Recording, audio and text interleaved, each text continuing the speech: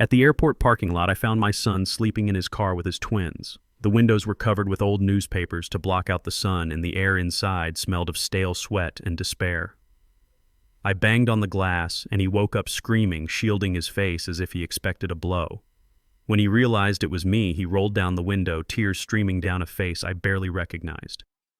I asked him, "Where is the $500,000 I invested in your startup?" He broke down and said my wife and her family took everything and claimed I am mentally unstable.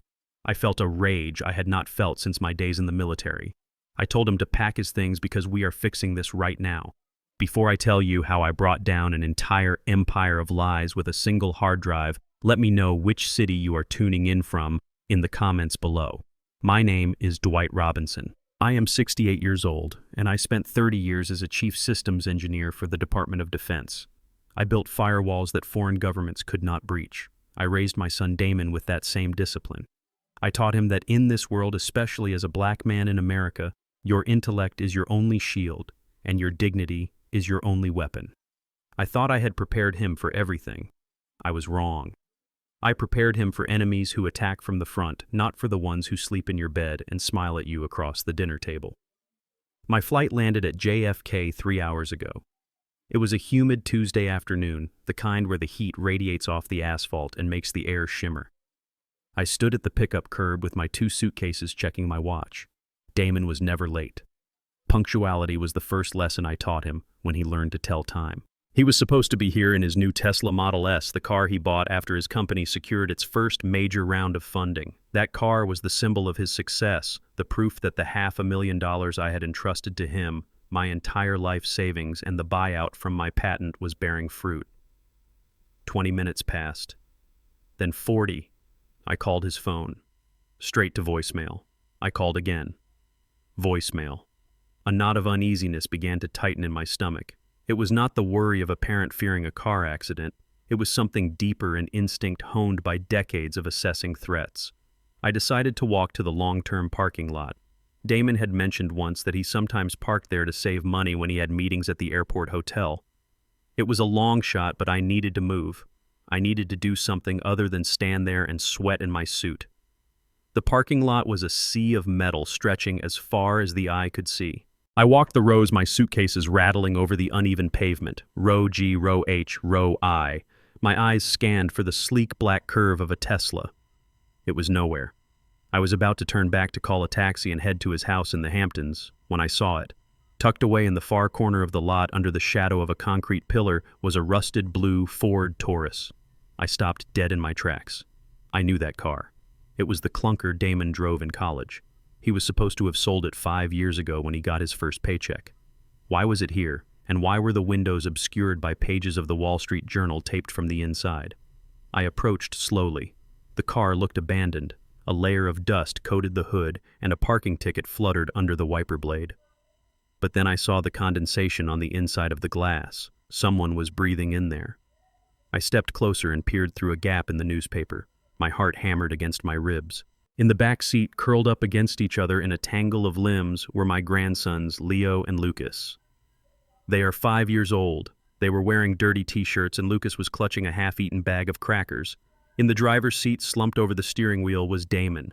He looked like a ghost. His beard was overgrown, his shirt was stained, and he had lost at least 20 pounds since I saw him at Christmas. This was not the CEO of a rising tech unicorn. This was a man on the run. I dropped my suitcases. The sound echoed in the empty lot. I pounded on the driver's side window with the flat of my hand. Damon jerked awake. His eyes went wide, filled with a primal terror. He threw his hands up, cowering against the door. "Please don't hurt them," he screamed, his voice muffled by the glass. "Please, I will sign the papers." "Damon," I roared. "It is me. Open the door." He blinked his eyes, focusing slowly. "Dad," he mouthed.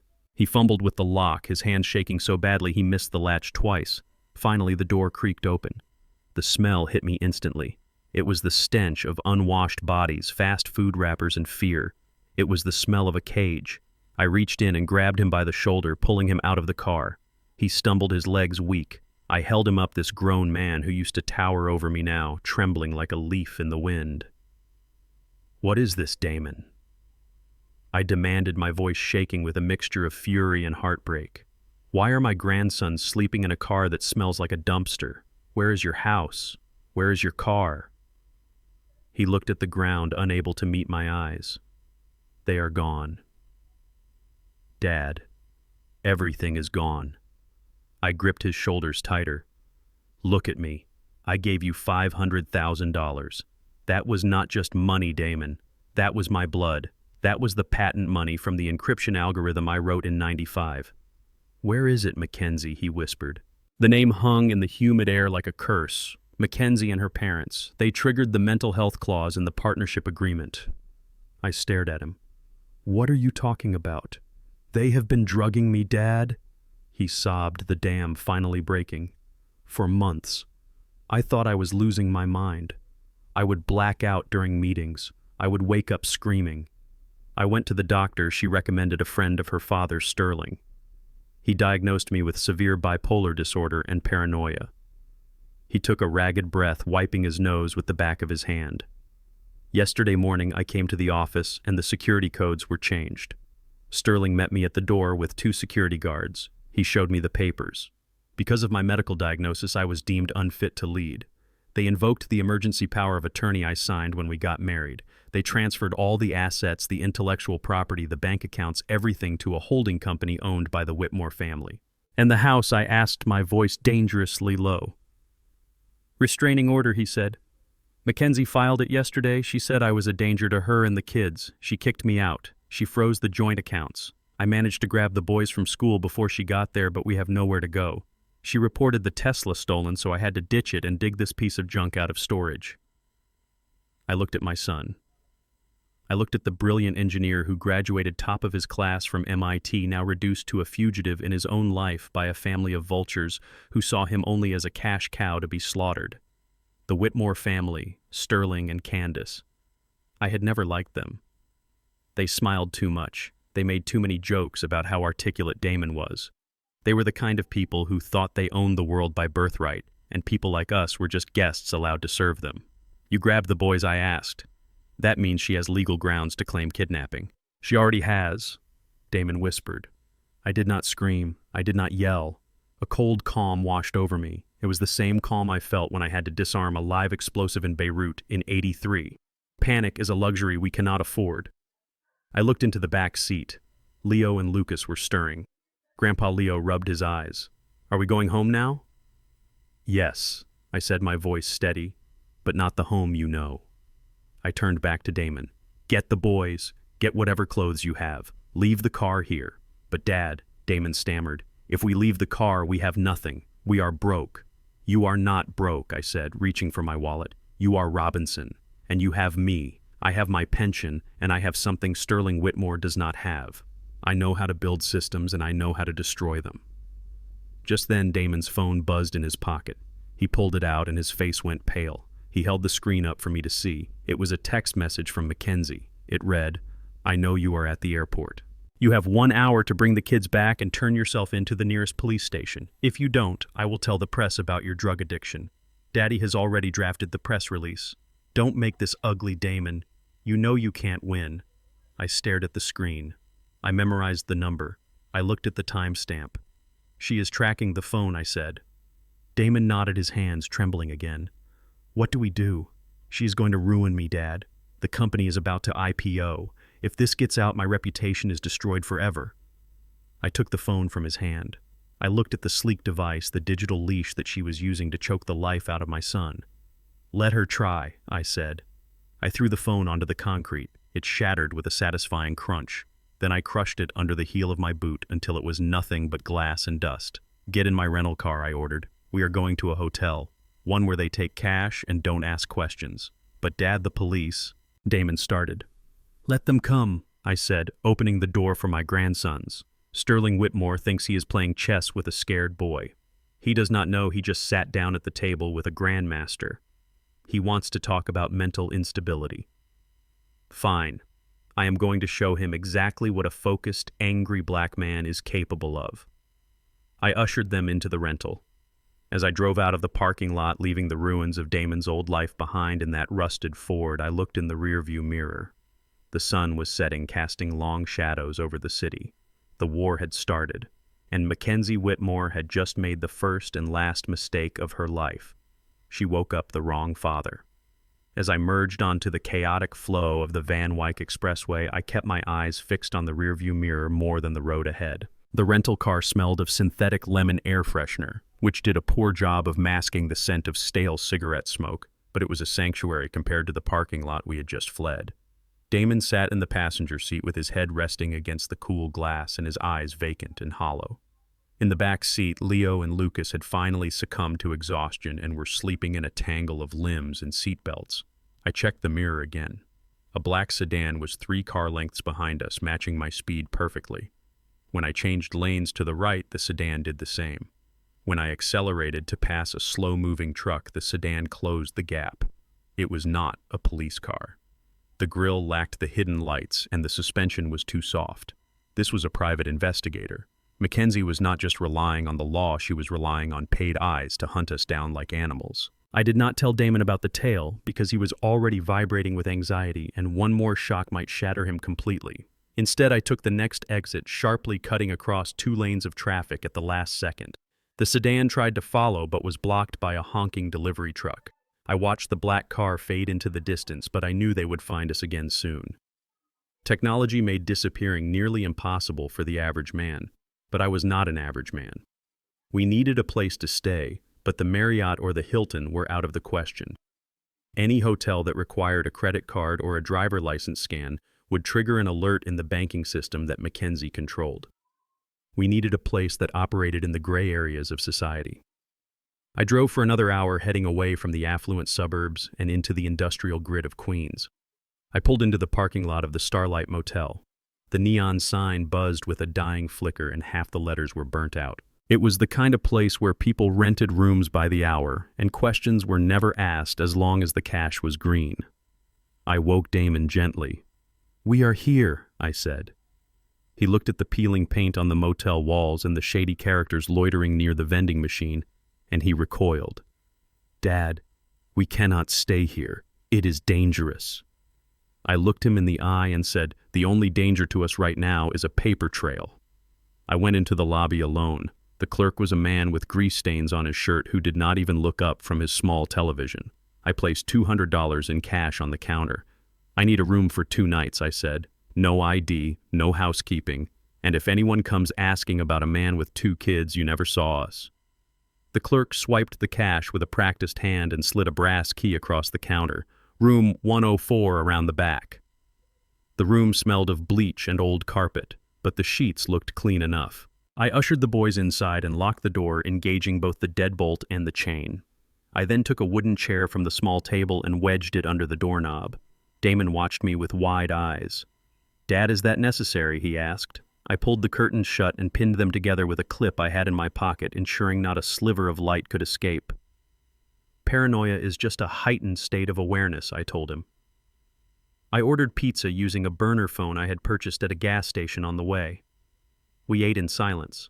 The boys thought it was a camping adventure, but Damon could barely swallow. Every siren that wailed in the distance made him jump. We arranged the pillows so the boys could sleep in the single queen bed. Damon took the floor with a blanket, and I sat in the armchair facing the door. I did not sleep. I watched the shadows stretch across the room as the hours ticked by. My mind was racing, formulating a strategy. We needed a lawyer, but not just any lawyer. We needed a shark who was not afraid of the Whitmore money. I was mentally listing my old contacts when the silence was shattered. It was 3 in the morning when the pounding started. It was not a polite knock. It was a heavy, authoritative hammering that shook the doorframe. "Police, open up." The shout was muffled by the heavy wood, but the authority in the voice was unmistakable. Damon scrambled up from the floor, his face drained of blood. "They found us," he whispered, his voice cracking. "Oh God, Dad, they found us. I am going to jail." He started to move toward the door, his hands raised in surrender. I stood up and blocked his path. "Sit down," I ordered him in a low growl. "But Dad, they are the police," Damon cried, tears springing to his eyes. "If we resist, it will be worse. Mackenzie said she would ruin me. She did it. It is over." I grabbed him by the shirt collar and shoved him gently back toward the corner of the room away from the door. Nothing is over until I say it is over. Stay with the boys. Keep them calm. The pounding came again, louder this time. Open the door or we will kick it in. I smoothed my jacket, checked my posture, and removed the chair from under the doorknob. I undid the chain and unlocked the deadbolt. I opened the door just enough to fill the frame with my body. 2 uniformed officers stood there, bathed in the harsh yellow light of the hallway. One had his hand on his holster. Behind them, I saw the motel clerk looking terrified. "Sir, we received a credible tip regarding a kidnapping in progress," the lead officer said. He was young, perhaps 30 years old, and he looked eager to be a hero. "We have information that a Damon Robinson is holding 2 minors against their will at this location. Step aside." I did not move an inch. I did not raise my voice. I stared at the officer with the cold, detached gaze I had perfected during 20 years of briefing generals. "There is no kidnapping here, officer," I said calmly. "My son is sleeping on the floor and my grandsons are in bed. This is a family dispute, not a crime scene." The officer tried to look past me. "We need to verify the welfare of the children, and we have a report that Mr. Robinson is mentally unstable and dangerous. We have orders to detain him for psychiatric evaluation." Damon let out a small whimper from the corner of the room. The officer heard it and pushed forward. "Sir, move now, or you will be arrested for obstruction of justice." I reached into my inner jacket pocket. The second officer flinched and drew his taser. I moved slowly, deliberately, withdrawing a leather wallet. I flipped it open, revealing not a driver license, but a Department of Defense identification card with a gold chip and a holographic seal. I also pulled out a small laminated card that listed my rank and security clearance level. "Officer," I said, my voice dropping an octave so he had to lean in to hear me. "My name is Dwight Robinson. I am a retired senior engineer for National Defense Systems.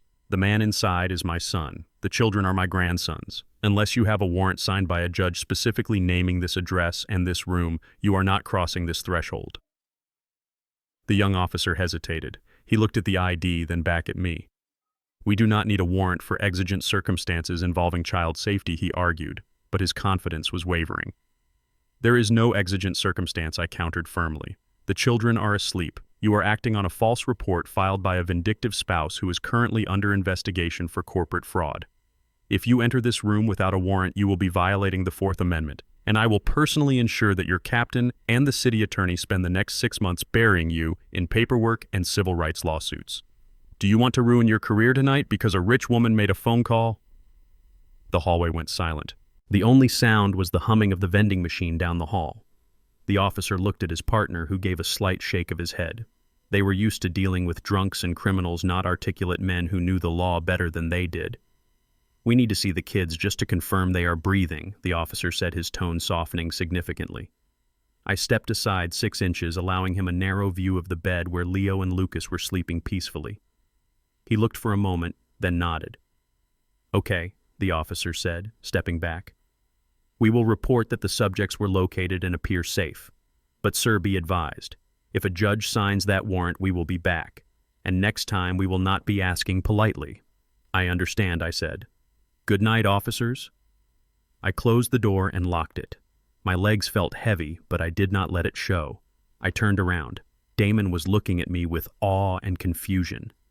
He had never seen this side of me. He only knew the dad who grilled burgers on Sundays, not the man who could stare down armed police. "Pack everything," I said, grabbing my suitcase. "We leave in 10 minutes. "But they just left," Damon said. "They are going to their car to call for instructions," I said. "When they tell Mackenzie where we are, she will not send the police next time. She will send something much worse. We have to move. Now." As we gathered our things, I looked out the window through a crack in the curtains. The police cruiser was still in the parking lot, and the officer was on the radio. I knew we had won the battle, but the war had just escalated. We were not just running from a bad marriage anymore. We were running from a system that was designed to believe the lie as long as it was told by the right people. I looked at my grandsons sleeping so innocently, and I made a silent vow. I would burn that system to the ground if that is what it took to save them. "Let us go," I whispered, and we slipped out into the night again. Vanishing before the sirens could return, the iron gates of the Whitmore estate towered over me like the entrance to a fortress built on blood money. I parked my rental car on the shoulder of the road because I knew they would not open the gates for a vehicle registered to a nobody. I smoothed my jacket, checked the knot of my tie in the side mirror, and walked up the long driveway. The sun was beating down on the back of my neck, a reminder that I was walking into the lion's den with nothing but my wits. I reached the security booth. Inside sat a man I recognized instantly. It was Miller. 5 years ago, I had written a recommendation letter for him when he applied for a private security license. Back then, he called me sir and thanked me for my service to the country. Miller looked up from his monitors. His eyes widened for a fraction of a second, registering recognition, but then a mask of indifference slid over his face. He stepped out of the booth, his hand resting casually on his taser. "State your business," he said, his voice flat. I looked him in the eye and said, "I am here to collect the personal effects of my grandsons and my son. Tell Sterling I am not leaving until I get them." Miller did not blink. He told me to turn around and place my hands on the hood of his patrol car. I felt a surge of heat rise in my chest. I asked him if this was necessary. He replied that protocol is protocol for all unidentified visitors. I turned around and placed my hands on the hot metal. I let this man who once asked me for career advice pat me down like a common criminal. He checked my pockets, my ankles, and my waist. He took my phone and my wallet, inspecting them as if they were contraband. He was not looking for weapons. He was looking for recording devices. He was stripping away my dignity layer by layer, hoping I would break, scream, or give him a reason to use that taser. I did not give him the satisfaction. I stood as still as a statue. When he finished, he tossed my wallet back to me. He pressed a button on his remote, and the heavy gates groaned open. He told me to walk and that Mr. Whitmore was expecting me on the front lawn. I walked past him without a word, but I noted the shame in his eyes. He was just a pawn, and I do not waste energy on pawns. The driveway was a quarter-mile of crushed white stone that crunched loudly under my shoes. It was designed to make anyone approaching on foot feel small and exposed. At the top of the hill stood the mansion, a sprawling colonial monstrosity with white pillars and manicured hedges. Standing on the porch, holding a glass of amber liquid that caught the afternoon light, was Sterling Whitmore. He was wearing a linen suit that probably cost more than my car. He watched me walk the entire distance, sipping his drink, enjoying the sight of Dwight Robinson, the retired engineer, sweating as he climbed the hill to beg for scraps. When I reached the bottom of the porch steps, I stopped. I was breathing hard, but I kept my posture erect. Sterling did not offer me water. He did not offer me a seat. He swirled the ice in his glass and smiled that tight, superior smile that never reached his eyes. He said, "Dwight, you look tired. You should not be walking around in this heat at your age." I ignored his feigned concern. I told him I wanted the boys' clothes, their toys, and Damon's personal computer. Sterling laughed softly, a dry sound like dead leaves scraping together. He took a sip of his bourbon and walked down one step, closing the distance between us but keeping the high ground. He told me that I was confused about how the world works. He said that Damon does not own anything anymore. The computer belongs to the company. The clothes were bought with money from the joint account, which is currently frozen pending the investigation into Damon's financial misconduct. I looked at him and asked him how he sleeps at night, knowing he framed a man who looked up to him as a father figure. Sterling sighed, looking bored. He told me that I was being dramatic. He said that Damon is a brilliant coder, sure, but he is not a leader.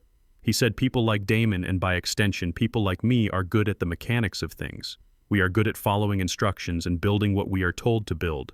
But we lack the pedigree to manage wealth. We lack the vision to sit at the big table. He leaned in closer, and I could smell the expensive alcohol on his breath. He said he did what had to be done to save the company. He claimed Damon was unstable, emotional, and erratic. He said he was doing Damon a favor by relieving him of the burden of leadership. He called it a business correction. He said our investors, real investors from old families, were getting nervous seeing a boy from the inner city trying to run a $50 million corporation. They wanted stability. They wanted a face they could trust. And let us be honest, Dwight Sterling said, dropping his voice to a conspiratorial whisper, Damon does not have the right face for a billion-dollar IPO. I clenched my fists at my sides so hard my fingernails dug into my palms. This was not about mental health. This was not about business. This was about a group of entitled vultures who believed that our brilliance was theirs to harvest.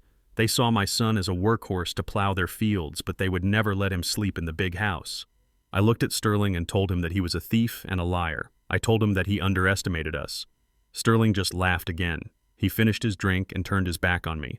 He waved his hand dismissively toward the side of the house near the garage. He said the maid had put some bags out by the curb. He said I could take whatever trash was there, but if I ever set foot on his property again, he would have Miller shoot me for trespassing. He walked back inside and closed the heavy oak door, leaving me standing alone in the heat. I walked to the side of the house. There, piled next to the overflowing recycling bins, were 6 black garbage bags. They had been thrown there carelessly, some of them ripped open by raccoons or stray cats. I knelt down on the pavement. I felt the heat radiating through my trousers. I began to untie the knots, my hands shaking not from age but from a cold, focused fury. The first bag contained Leo's clothes. His favorite dinosaur pajamas were stained with coffee grounds. Someone had deliberately poured waste into the bag. I pulled them out, shaking off the filth, and folded them as best I could. The next bag held Lucas's stuffed animals. The teddy bear I had bought him when he was born was there, its head ripped off. This was not just disposal, this was violence. It was a message intended to hurt my grandsons.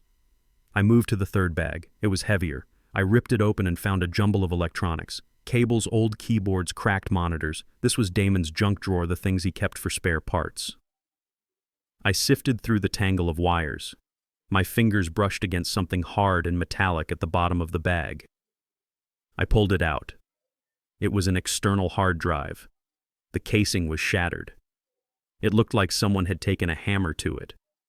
The plastic shell was hanging by a thread, and the metal platter inside was exposed to the air. Sterling Whitmore saw a broken piece of junk. He saw trash. He thought that by smashing the casing he had destroyed the information. He was a man of finance, a man of appearances. He did not understand the resilience of technology. He did not know that the platters inside a server-grade drive are made of glass and ceramic composites designed to survive extreme conditions. I turned the drive over in my hands.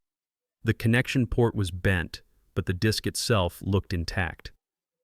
I remember Damon telling me years ago that he kept a local backup of his raw code, the original kernel that I had helped him design, on a standalone drive that never touched the cloud. I looked at the house. I could see the silhouette of Mackenzie watching me from an upstairs window. She probably enjoyed seeing her father-in-law kneeling in the garbage. She thought she had stripped us of everything. She thought she had won. I stood up, wiping the dirt from my knees. I placed the broken hard drive into my jacket pocket right next to my heart. It felt heavy, like a loaded gun. I gathered the bags of clothes, throwing them over my shoulder. As I walked back down that long white driveway, the crunch of the stones sounded different. It no longer sounded like oppression. It sounded like a countdown. Sterling Whitmore had made a fatal error. He had judged a book by its cover, and he had judged a machine by its casing. He had thrown away the only thing that could destroy him, and he had personally invited me to come and pick it up. I reached the gate, and Miller opened it without looking at me. I walked out not as a defeated old man, but as a soldier who had just recovered the nuclear codes. The war was on. We lived in the shadows of that motel room for 3 days, watching the world outside destroy my son's reputation through the glowing screen of a laptop. The Whitmore family did not just steal Damon's company, they launched a scorched earth campaign to ensure he could never return. Every morning brought a new headline, each one more vicious than the last. Tech prodigy melts down. Founder of MedAI accused of embezzlement to fund drug habit. Sources say Damon Robinson was unstable for months. They were not just lies, they were carefully crafted narratives designed to dehumanize him. They used photos of him looking tired from 18-hour workdays and captioned them as evidence of addiction. They took his passion for coding and spun it as manic obsession. Damon sat on the edge of the bed scrolling through the comments section, which is a form of self-harm I tried to stop him from inflicting. People who had never met him were calling him a disgrace and a junkie, but the knife twisted deeper when he opened the financial news. The valuation of his company, now under the sole control of Sterling Whitmore, had jumped 20% in 48 hours. The market was cheering for his destruction. Wall Street loved the idea of the erratic black founder being replaced by the steady hand of the old money white establishment. Damon threw the laptop across the room. "They are erasing me, Dad," he screamed, his voice cracking with impotence. "They are getting richer because I am gone." I looked at the broken screen and then at my son. I told him that this is exactly what they want. They want you to break. They want you to scream where no one can hear you. But we are not going to scream. We are going to listen. I left the boys with Damon and drove to a diner on the outskirts of the city. It was the kind of place where the coffee tasted like burnt rubber and the patrons kept their heads down. I walked to the back booth where a man was already waiting. Frank was an ex-Navy intelligence officer who now ran a private investigation firm that specialized in problems the police would not touch. We had served together in the Gulf. He did not ask how I was. He simply slid a manila envelope across the sticky table. "You are not going to like this, Dwight," he said. I opened the envelope.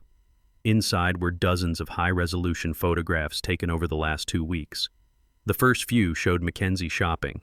She was walking out of Cartier on Fifth Avenue, swinging a bag that likely cost more than my car. She was smiling. It was the smile of a woman who had won the lottery. But the dates on the photos were damning.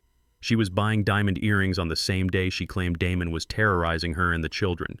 She was eating lunch at Le Bernardin while Damon was supposedly having a psychotic break.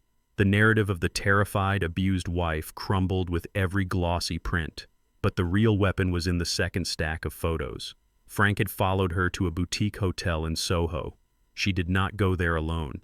In the picture, she was meeting a man. They were holding hands in the lobby. They were kissing in the elevator. I recognized the man instantly. It was Jonathan Pierce. He was the chief financial officer of the venture capital firm that was about to acquire Damon's company. The pieces of the puzzle slammed into place with the force of a sledgehammer. This was not just a family dispute. This was corporate espionage disguised as a divorce.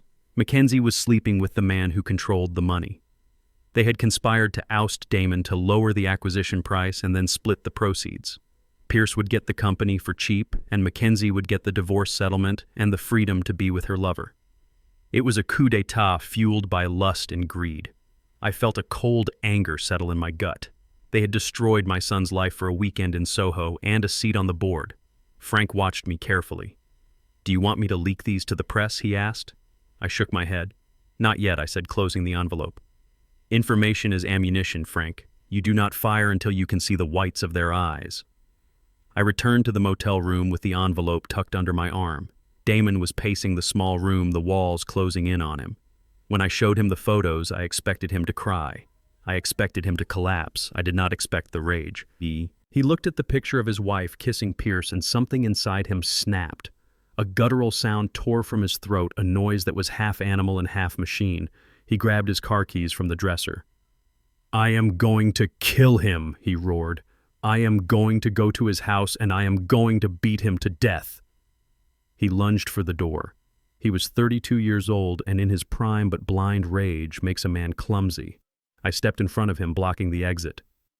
"Move, Dad!" he shouted, his eyes wild and bloodshot. "Get out of my way!" "No," I said, standing firm. He tried to push past me. He shoved me hard enough that I stumbled back against the doorframe. I grabbed his wrist and used his own momentum to spin him around, pinning him against the wall. It was a move I had not used in 20 years, but muscle memory is a faithful servant.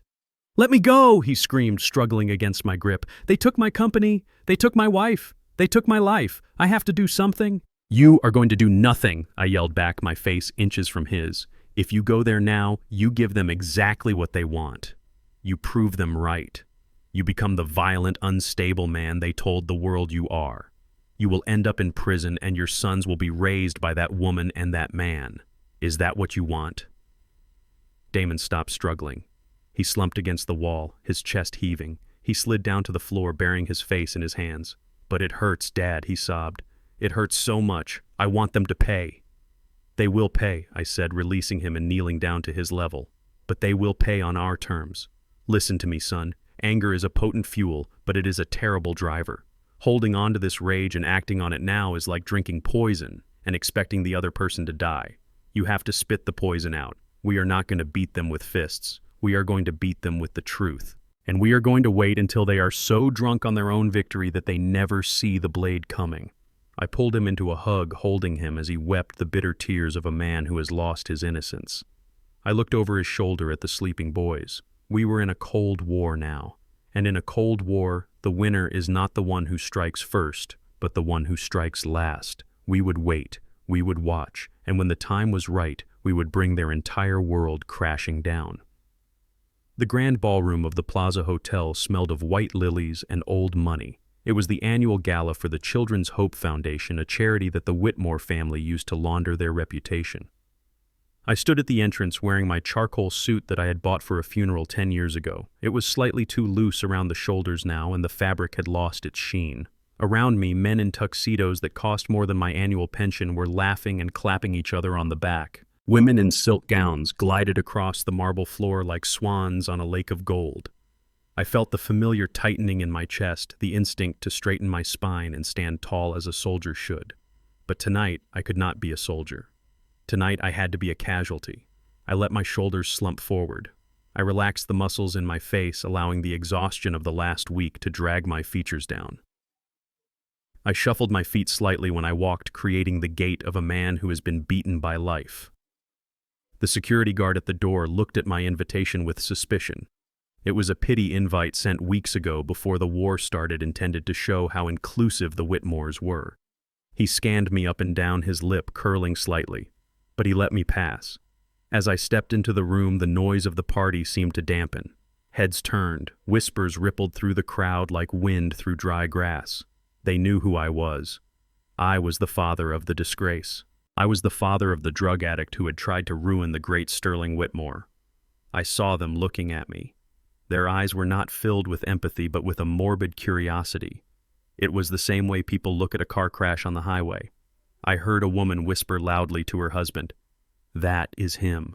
That is the father. He looks terrible." I kept my head down, clutching my hat in my hands like a beggar. I needed them to see a broken man. I needed them to see a man who had no fight left in him. If they saw even a spark of defiance, the trap would fail. I walked toward the center of the room where a large ice sculpture of a guardian angel was melting slowly under the chandeliers. Sterling and Mackenzie were holding court near the open bar. Sterling looked flushed and triumphant, holding a crystal tumbler of scotch. Mackenzie was wearing a red dress that looked like a wound against her pale skin. She was laughing at something the mayor was saying, her hand resting possessively on Sterling's arm. When they saw me, the laughter stopped. The circle of sycophants around them parted, leaving me standing alone in the clearing. The silence that fell over that corner of the room was heavy and suffocating. Sterling smiled, but it was a smile that showed too many teeth. "Well, look who decided to join us," he boomed, his voice carrying over the music. "Dwight Robinson, we did not think you would have the face to show up here after what your son did." I took a step forward, my hands trembling. The trembling was fake, but the nausea I felt was real. "Mr. Whitmore," I said, my voice raspy and weak. "Please, I need to speak with you." "Speak, then," Sterling said, spreading his arms wide. "We are all friends here. We have nothing to hide." I looked around at the faces of the city's elite. They were waiting for the show. I swallowed my pride. It tasted like ash. "It is about Damon," I said, lowering my eyes. "He is in a bad way. The withdrawal symptoms are severe. We are living in a motel. I have run out of money for his medication. I have run out of money for food for the boys." Mackenzie stepped forward. She swirled her wine glass, staring at me with cold amusement. "And whose fault is that, Dwight?" she asked. "We offered him help. We offered him the best facility in the state. But you kidnapped him. You chose this. I know I said," letting my voice crack, "I know I was wrong. I thought I could handle it. But I cannot. He is sick. He needs help. I am just an old man on a pension. I cannot fight anymore." A murmur of agreement went through the crowd. See, they were thinking. The Whitmores were right all along. The son is a junkie and the father is incompetent. Sterling took a sip of his drink, enjoying the moment. He was the benevolent king, and I was the peasant at the gate. "So what do you want, Dwight? Do you want us to take him back?" "No," I said quickly. "He is too ashamed. He just needs to go to a private clinic upstate. But they require a deposit, $10,000. Please, Sterling, for the sake of the grandchildren. Just help us this one time and we will disappear. We will never bother you again." Sterling looked at Mackenzie. They exchanged a look of pure predatory satisfaction. This was what they wanted. Total surrender. Sterling reached into his jacket pocket and pulled out a checkbook. The sound of him uncapping his fountain pen was the only sound in the room. $10,000, he said, writing the numbers with a flourish. "That is a lot of money for a mistake, Dwight, but we are a charitable family. We believe in mercy even for those who bite the hand that feeds them." He tore the check from the book, but he did not hand it to me. He held it between two fingers, just out of my reach. But there is a condition, Sterling said. Anything I said, reaching out my hand. Sterling pulled the check back. We need to make sure this money is actually used for his treatment and not for more drugs.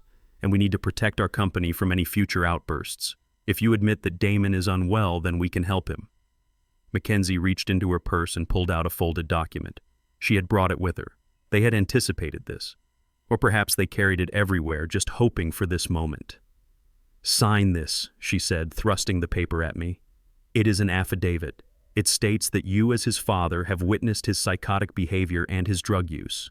It confirms that he was mentally incapacitated when he questioned the transfer of the company assets. Sign this and the money is yours. I looked at the paper. The text was dense, but the meaning was clear. By signing this, I would be legally destroying my son's credibility forever. I would be validating their theft. I would be giving them the shield they needed to survive the IPO. I hesitated. I looked at the check fluttering in Sterling's hand. I looked at Mackenzie's expectant face. I looked at the crowd judging me. Please, I whispered. Do I have to? If you want to save his life, you do, Sterling said coldly. Kneel to the truth, Dwight. Accept that you failed him. I felt a fire in my belly so hot I thought it would burn through my shirt, but I doused it with ice. I slowly took the pen from Sterling.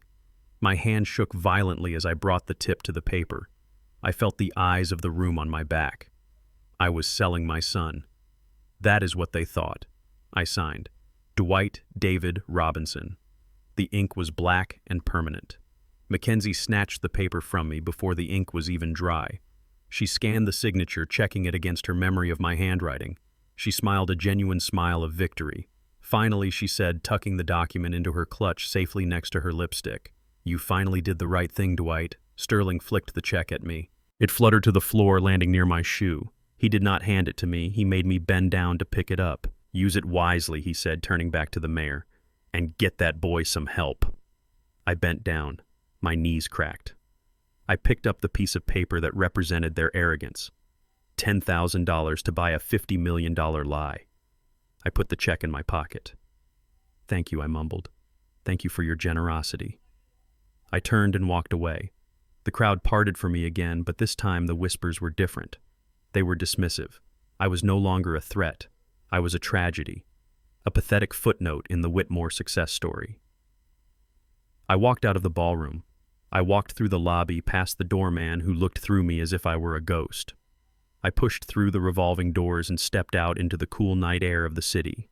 The noise of the traffic was loud and chaotic, but to me it sounded like music. I walked around the corner into the shadows of an alleyway where the streetlights did not reach.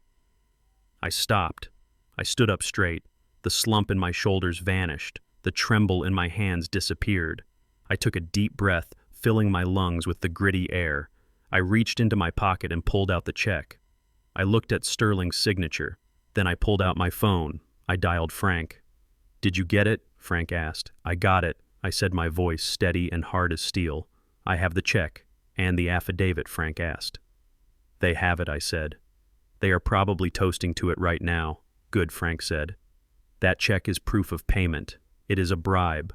Linked with the date on the affidavit, it proves they coerced a witness. And since they used funds from the company account to write a personal check to silence a whistleblower, they just committed felony embezzlement and witness tampering. I know, I said. I looked up at the Plaza Hotel at the windows glowing with golden light where the vultures were celebrating their feast. They thought they had broken me. They thought they had bought my silence. They did not understand that I had just sold them a rope and they had tied the noose around their own necks. Go home, Frank, I said. Get the files ready. Tonight we sleep. Tomorrow we tighten the knot. I put the phone away and walked down the street. I did not shuffle. I marched. The check in my pocket felt heavy, but not with shame. It was the weight of justice. And it was coming for them faster than they could ever imagine. The bathroom of the Starlight Motel had become our command center. I had turned on the shower hot water to full blast, letting the room fill with steam for 20 minutes to settle the dust particles in the air. We could not afford a professional clean room, so this crude method had to suffice. I sat on the closed toilet lid with a surgical mask covering my face and a set of jeweler screwdrivers lined up on the sink. The hard drive I had salvaged from the garbage pile at the Whitmore estate sat on a towel. It looked like a casualty of war. The casing was cracked and the interface pins were bent, but the weight of it felt promising. Damon stood in the doorway watching me with the intensity of a bomb disposal unit. He held a flashlight steady, illuminating the exposed platters as I carefully unscrewed the retention bracket. One slip of my hand, and the read-write head would scratch the magnetic surface, destroying the only evidence we had left. I worked in silence. My hands, which had once rewired guidance systems for cruise missiles, were now fighting to save my family. The only sound was the dripping of the faucet and the shallow breathing of my son. I removed the damaged actuator arm. It was bent at a 45-degree angle, proof of the violence Sterling had inflicted on it. I replaced it with a donor arm from an old laptop drive I had bought at a pawn shop that morning. It was a Frankenstein surgery.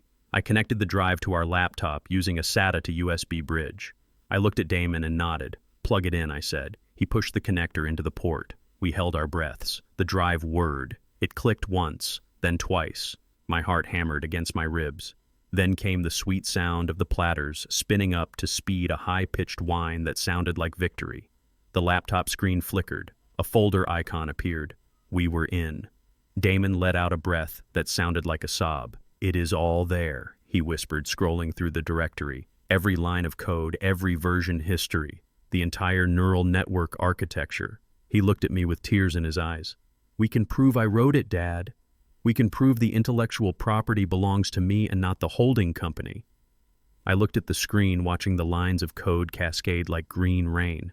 I reached out and stopped his hand. "No, Damon," I said. "We are not going to prove you wrote it. We are going to prove I did."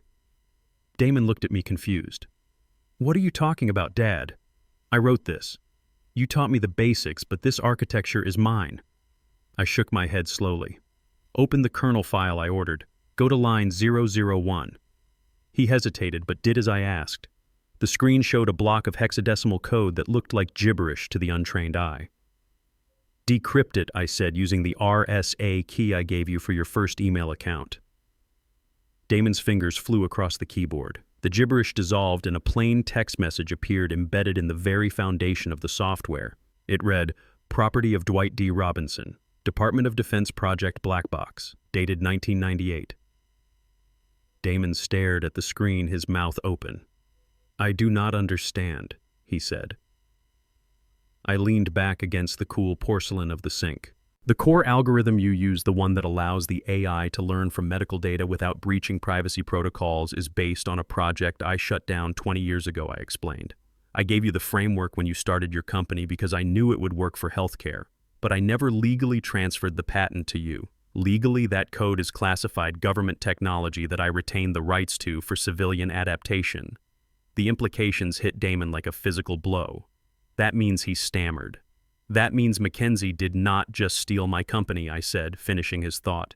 "She stole federal property licensed to me. This is no longer a civil dispute about marital assets.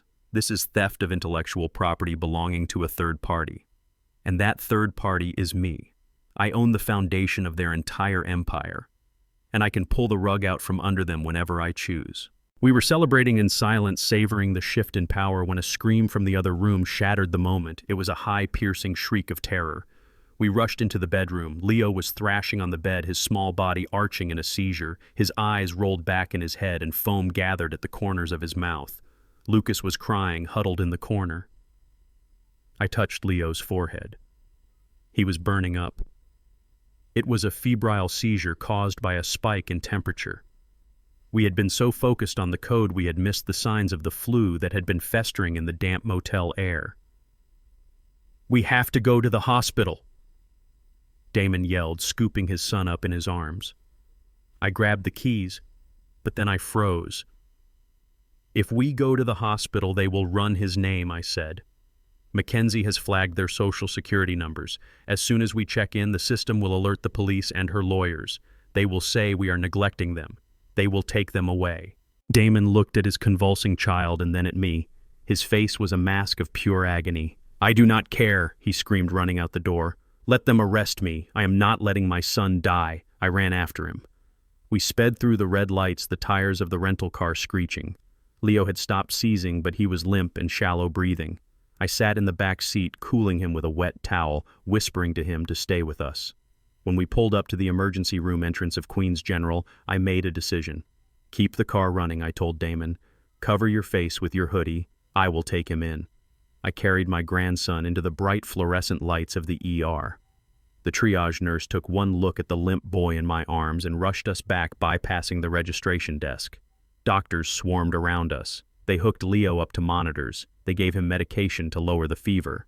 I stood in the corner watching the heart rate monitor stabilize. My own heart was racing faster than the machine's. A nurse with a clipboard approached me.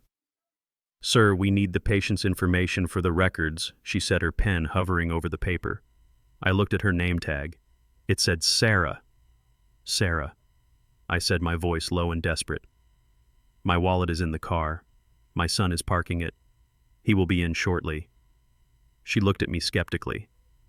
"Okay, but I need a name," she insisted. I hesitated. If I gave the real name, the digital tripwires would snap. If I gave a fake name and they found out, I would be charged with fraud. Just then I saw two uniformed police officers walk into the ER entrance. They were laughing, drinking coffee, but their presence was a thunderclap. They walked toward the reception desk. I saw the receptionist point toward the triage area. She was pointing at me. She must have recognized us from the news, or perhaps the car plate had been spotted. I looked at Leo. He was sleeping peacefully now the crisis passed. I looked at the back exit sign glowing red down the hall. I leaned over and kissed my grandson on the forehead. "I am sorry, little man," I whispered. I walked over to the nurse. "I am going to get the insurance card from the car," I said. Before she could answer, I turned and walked calmly toward the main doors. As soon as I was out of her line of sight, I bolted for the side exit. I sprinted to the car where Damon was waiting, engine idling. "Go!" I yelled, jumping in. "Go now." Damon looked at the empty back seat. "Where is Leo?" he asked, panic rising in his throat. "He is safe," I said, buckling my seatbelt. "The doctors have him. He is stable, but the police are inside. If we stayed, they would have arrested us both and Lucas would have gone to foster care. We have to leave him, Damon." "No," Damon screamed, gripping the steering wheel. "I cannot leave him alone. He is not alone," I said, grabbing his arm. "He is in a hospital. They will call Mackenzie. She will come for him, and she will take him back to the mansion." Damon slammed his hand against the dashboard, sobbing. "You made me abandon my son. I saved your son," I said, my voice hard to hide my own heartbreak. "And now you have to save yourself so we can get him back. Drive." We peeled out of the parking lot just as the police officers ran out of the emergency room doors. We vanished into the city traffic, leaving a piece of our souls behind. The war had just claimed its first hostage, and now it was no longer about money or code. It was about blood. The courtroom smelled of floor wax and old lies. It was a windowless box designed to strip away hope and replace it with procedure. I sat in the back row wearing my same charcoal suit while Damon sat at the defendant table alone. His shoulders were hunched forward as if he were trying to make himself smaller to disappear into the wood grain. Across the aisle, the Whitmore family looked like a portrait of American royalty. Mackenzie was wearing a modest navy dress and a pearl necklace that signaled conservative values and maternal grace. Sterling sat beside her, whispering into the ear of their lawyer, a man named Blackwood, who was known for destroying lives with a smile. Judge Holloway entered the room with a swirl of black robes. He was a man who played golf at the same club where Sterling held a platinum membership. I had seen them shaking hands in the hallway before the session began. I knew then that the scales of justice were not just blind, they were tipped. Blackwood stood up to present his opening argument. He did not shout. He did not pace. He spoke with the quiet confidence of a man who already knows the verdict. He painted a picture of Damon that was unrecognizable. He described a man consumed by paranoia, addicted to narcotics, and prone to violent outbursts. He spoke of the incident at the hospital of Damon fleeing with a sick child, of endangering the life of a minor. Then came the kill shot. Blackwood walked to the evidence table and picked up a single sheet of paper. "Your Honor," he said, his voice smooth as silk. "The defense claims that Mr. Robinson is a loving father who is being unfairly targeted. But we have a sworn affidavit here from the person who knows him best. His own father, Mr. Dwight Robinson." I watched Damon's back stiffen. He turned slowly in his chair. His eyes met mine across the room. There was no anger in them, only a profound, shattering sadness. He looked at me the way a man looks at the sky when his house is burning down. He did not know. I had not told him about the strategy because I needed his reaction to be genuine. If he had known it was a trap, he would have looked guilty. But now, looking at his heartbreak, I felt a physical pain in my chest that was sharper than any bullet I had ever taken. Blackwood read the document aloud. I, Dwight Robinson, hereby attest that my son Damon Robinson has exhibited signs of mental instability and drug dependency. I accept the financial assistance of the Whitmore family to secure his treatment. Every word was a nail in Damon's coffin. The courtroom was silent. Even the court reporter seemed to pause. Damon turned back to the front. He put his head in his hands. He had given up. He believed he was alone in the world. Mackenzie dabbed at her dry eyes with the tissue, looking every bit the suffering wife who had tried everything to save her husband. Judge Holloway looked over his spectacles at Damon. Mr. Robinson, he said, his voice dripping with condescension, in light of this evidence and the testimony of your own father, I see no reason to prolong these proceedings. The court must prioritize the safety of the children. It is clear that you are currently unfit to provide a stable environment.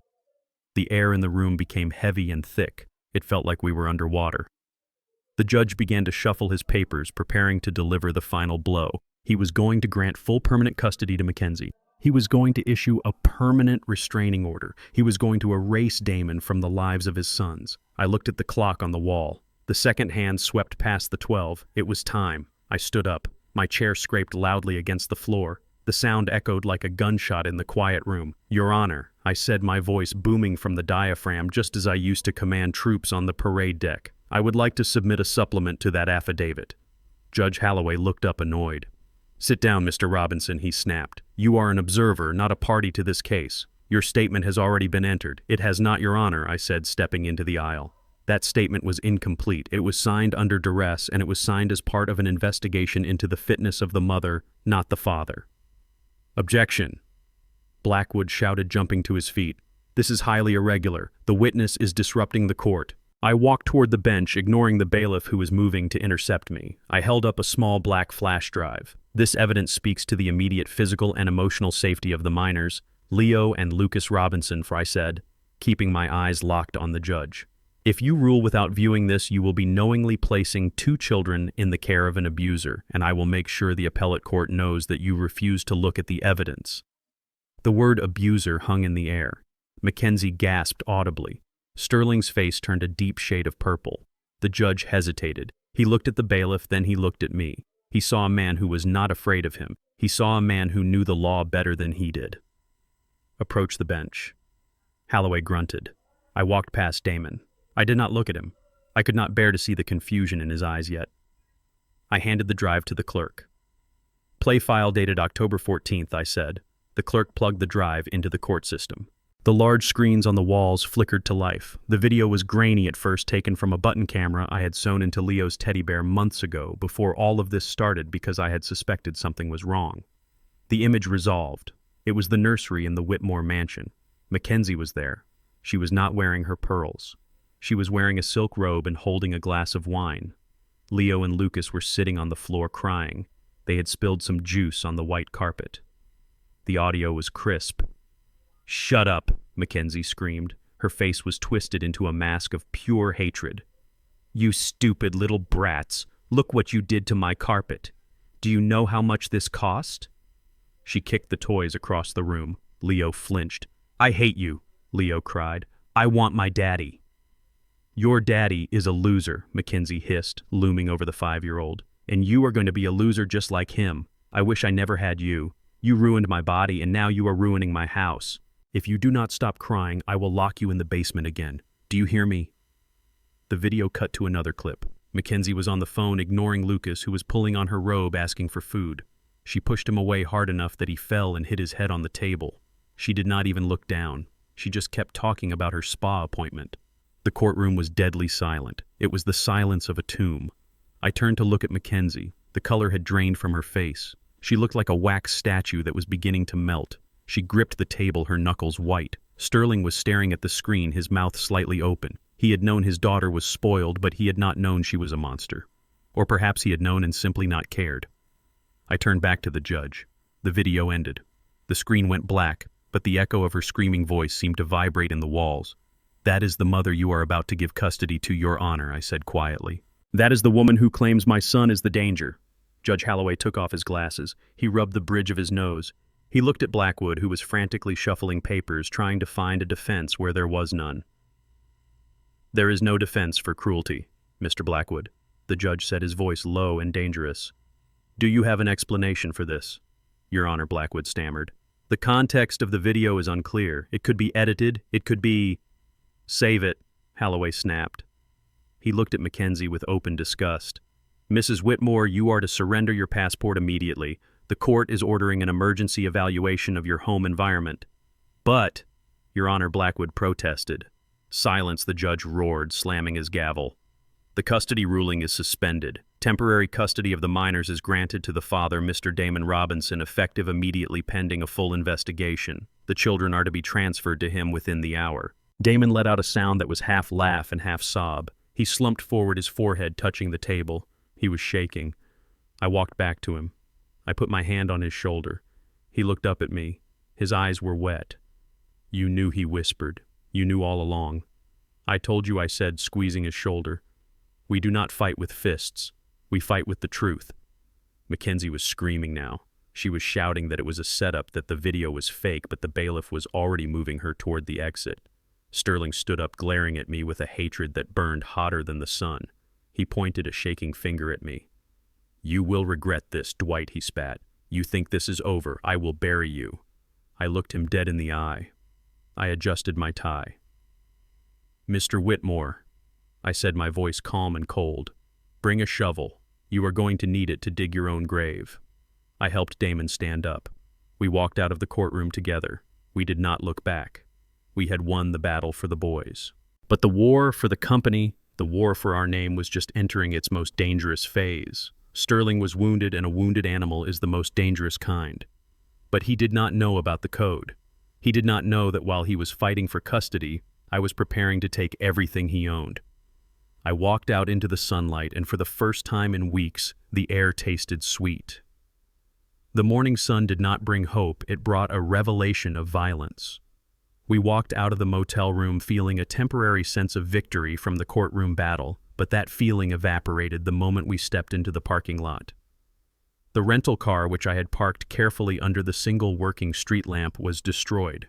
It looked like a carcass left to rot by scavengers. The windshield was shattered into 1,000 spider webs of safety glass. The tires were slashed, sitting flat and pathetic against the asphalt. But it was the paint that made my stomach turn. Someone had thrown a bucket of thick red industrial paint over the hood and the doors. In the harsh morning light, it looked like fresh blood. I walked closer, my shoes crunching on the glass that littered the pavement. Scrawled into the wet paint on the driver's side door were words that sent a chill down my spine. It was not a racial slur, although I had expected that given Sterling's prejudice. It was something far more personal and far more dangerous. The words read, "Next time it will be the twins." I stood there staring at the threat. This was not the work of a lawyer. This was not a legal maneuver. This was a message from the gutter. Sterling Whitmore had realized that he could not beat us in the courtroom, so he had decided to break us in the street. He was threatening the lives of 5-year-old boys to protect his bank account. I felt a cold fury rising in my chest, a sensation I had not felt since I was a young soldier on patrol in hostile territory. The rules of engagement had just changed. We were no longer in a civil dispute. We were in a war zone. I reached for the door handle, carefully avoiding the paint to check the interior. On the driver's seat there was a brick. Wrapped around the brick was a photo. It was a picture of Leo and Lucas playing in the park, taken with a telephoto lens from a distance. Their faces were crossed out with a black marker. I snatched the photo up before Damon could see it, but I was too late. He was standing right behind me. He saw the car, he saw the paint, and he saw the picture in my hand. Damon made a sound that I will never forget. It was a high, thin wail of pure animal terror. He collapsed against the trunk of the car, sliding down until he hit the pavement. He wrapped his arms around his head, rocking back and forth. "They are going to kill them," he sobbed. "They are going to kill my babies. Dad, look at this. We cannot fight them. They are monsters. We have to give them back. We have to give them whatever they want." I looked down at my son. The man who had written code that could revolutionize medicine was now reduced to a puddle of fear. He was broken. The psychological warfare was working. Sterling wanted us terrified. He wanted us running. He wanted us to surrender. And Damon was waving the white flag. "We are leaving," Damon stammered, scrambling to his feet, his eyes wild and unfocused. "We are packing the bags right now. We are going to Idaho or Montana, somewhere they cannot find us. We will change our names. I will work construction. I do not care. I just want my kids to be alive." "Come on, Dad, move. We have to go before they come back." He grabbed my arm, pulling me toward the motel room. His grip was frantic. He was not thinking. He was reacting like a prey animal that smells a predator. He was going to run, and in running, he was going to destroy any chance we had of a future. If we ran now, we would look guilty. We would look like kidnappers. We would be hunted down by the police, and this time I would not be able to stop them. I planted my feet. I did not move. Damon pulled harder, his panic rising. "Dad, come on," he screamed. "What are you waiting for? They are going to kill us." I looked at him. I saw the fear in his eyes, but I also saw the weakness that Mackenzie had exploited for years. She had trained him to be afraid. She had trained him to retreat. I knew that words would not reach him now. He was too far gone in his panic. I needed to shock his system. I needed to reset his brain. I pulled my arm free from his grip. I stepped forward, closing the distance between us. I swung my hand. The slap connected with his cheek with a sound like a pistol shot. It was hard. It was sharp. It was violent. Damon's head snapped to the side. He stumbled back a few steps, his hand flying to his face. The shock silenced his sobbing instantly. He looked at me, his eyes wide with disbelief. I had never hit him in his life, not once. Discipline in our house was always verbal, always logical. But logic does not work on hysteria. "Stand up straight," I barked, my voice cutting through the morning air like a knife. Damon stood up trembling, his hand still clutching his stinging cheek. "Look at me," I ordered. He looked at me. The panic was still there, but it was frozen now, suspended by the shock of my action. "You are a black man in America," I said, my voice low and dangerous. "Do you know what happens when we run? Do you know what happens when we act like fugitives? We get shot. We get locked up. We get erased. Running does not save you, Damon. Running makes you a target." I pointed at the destroyed car. "Do you think driving to Idaho will save you?" I asked. "Do you think men like Sterling Whitmore stop at state lines? He has resources you cannot imagine. If you run, you are doing exactly what he wants. You are proving that you are weak. You are proving that you are unstable. You are proving that you cannot protect your children." But they threatened the boys. Damon whispered, tears leaking from his eyes again, but slower this time. "And they will keep threatening them as long as you act like a victim," I shouted. "You are not a victim. You are a father. A father does not run away when the wolf is at the door. A father picks up a weapon, and he kills the wolf." I grabbed him by the shoulders, shaking him hard. "I did not raise a coward," I said, staring into his soul. "I raised a genius. I raised a king. Stop acting like a servant who is afraid of the master. They destroyed this car because they are scared, Damon. They are terrified. We beat them in court. We have the code. We have the truth. They are lashing out because they know they are losing. And you want to hand them the victory because of some paint and a brick." Damon looked at the car again. He looked at the red paint. He looked at the brick. He took a deep breath. His chest hitched. He wiped his face with his sleeve. The wild look in his eyes began to fade, replaced by a simmering resentment. Not at me, but at them. "You hit me," he said quietly. "I did," I replied unapologetically. "And I will hit you again if you try to run away with my grandsons. I fought too hard to keep you alive and free to watch you throw it all away because you are scared. Fear is a reaction. Courage is a decision. Make a decision, Damon. Are we running or are we fighting?" Damon lowered his hand from his cheek. He looked at the blood-red paint. He clenched his jaw. "We are fighting," he said. "Good," I said. "Then stop crying and start thinking." I turned away from him and looked out at the skyline of the city. The sun was fully up now, burning off the morning mist. The image of the crossed-out faces of my grandsons was burned into my mind. I folded the photo and put it in my pocket. I would keep it. It would be the fuel for what I was about to do. "We are done playing defense," I said, my voice calm again, but cold as ice. "We have been reacting to their moves. We defended in court. We defended against the police. We defended our reputation. That ends today. You cannot win a war if you never fire a shot." "What do we do?" Damon asked, coming to stand beside me. His voice was steady now. The slap had grounded him. Sterling thinks his power comes from his name and his connections, I said. But he is wrong. His power comes from money. It comes from the valuation of that company. It comes from the investors who trust him.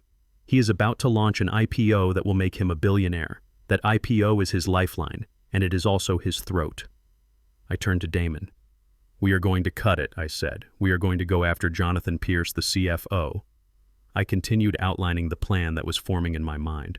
We are going to expose the rot at the center of their financial empire. We are not just going to get the company back, Damon. We are going to make sure that by the time we are done, the name Whitmore will be toxic. We are going to bankrupt them. We are going to leave them with nothing but their pride and their empty mansion. Damon looked at me. He saw the cold calculation in my eyes. He saw the soldier. How do we start? He asked. I pulled out the burner phone I had bought.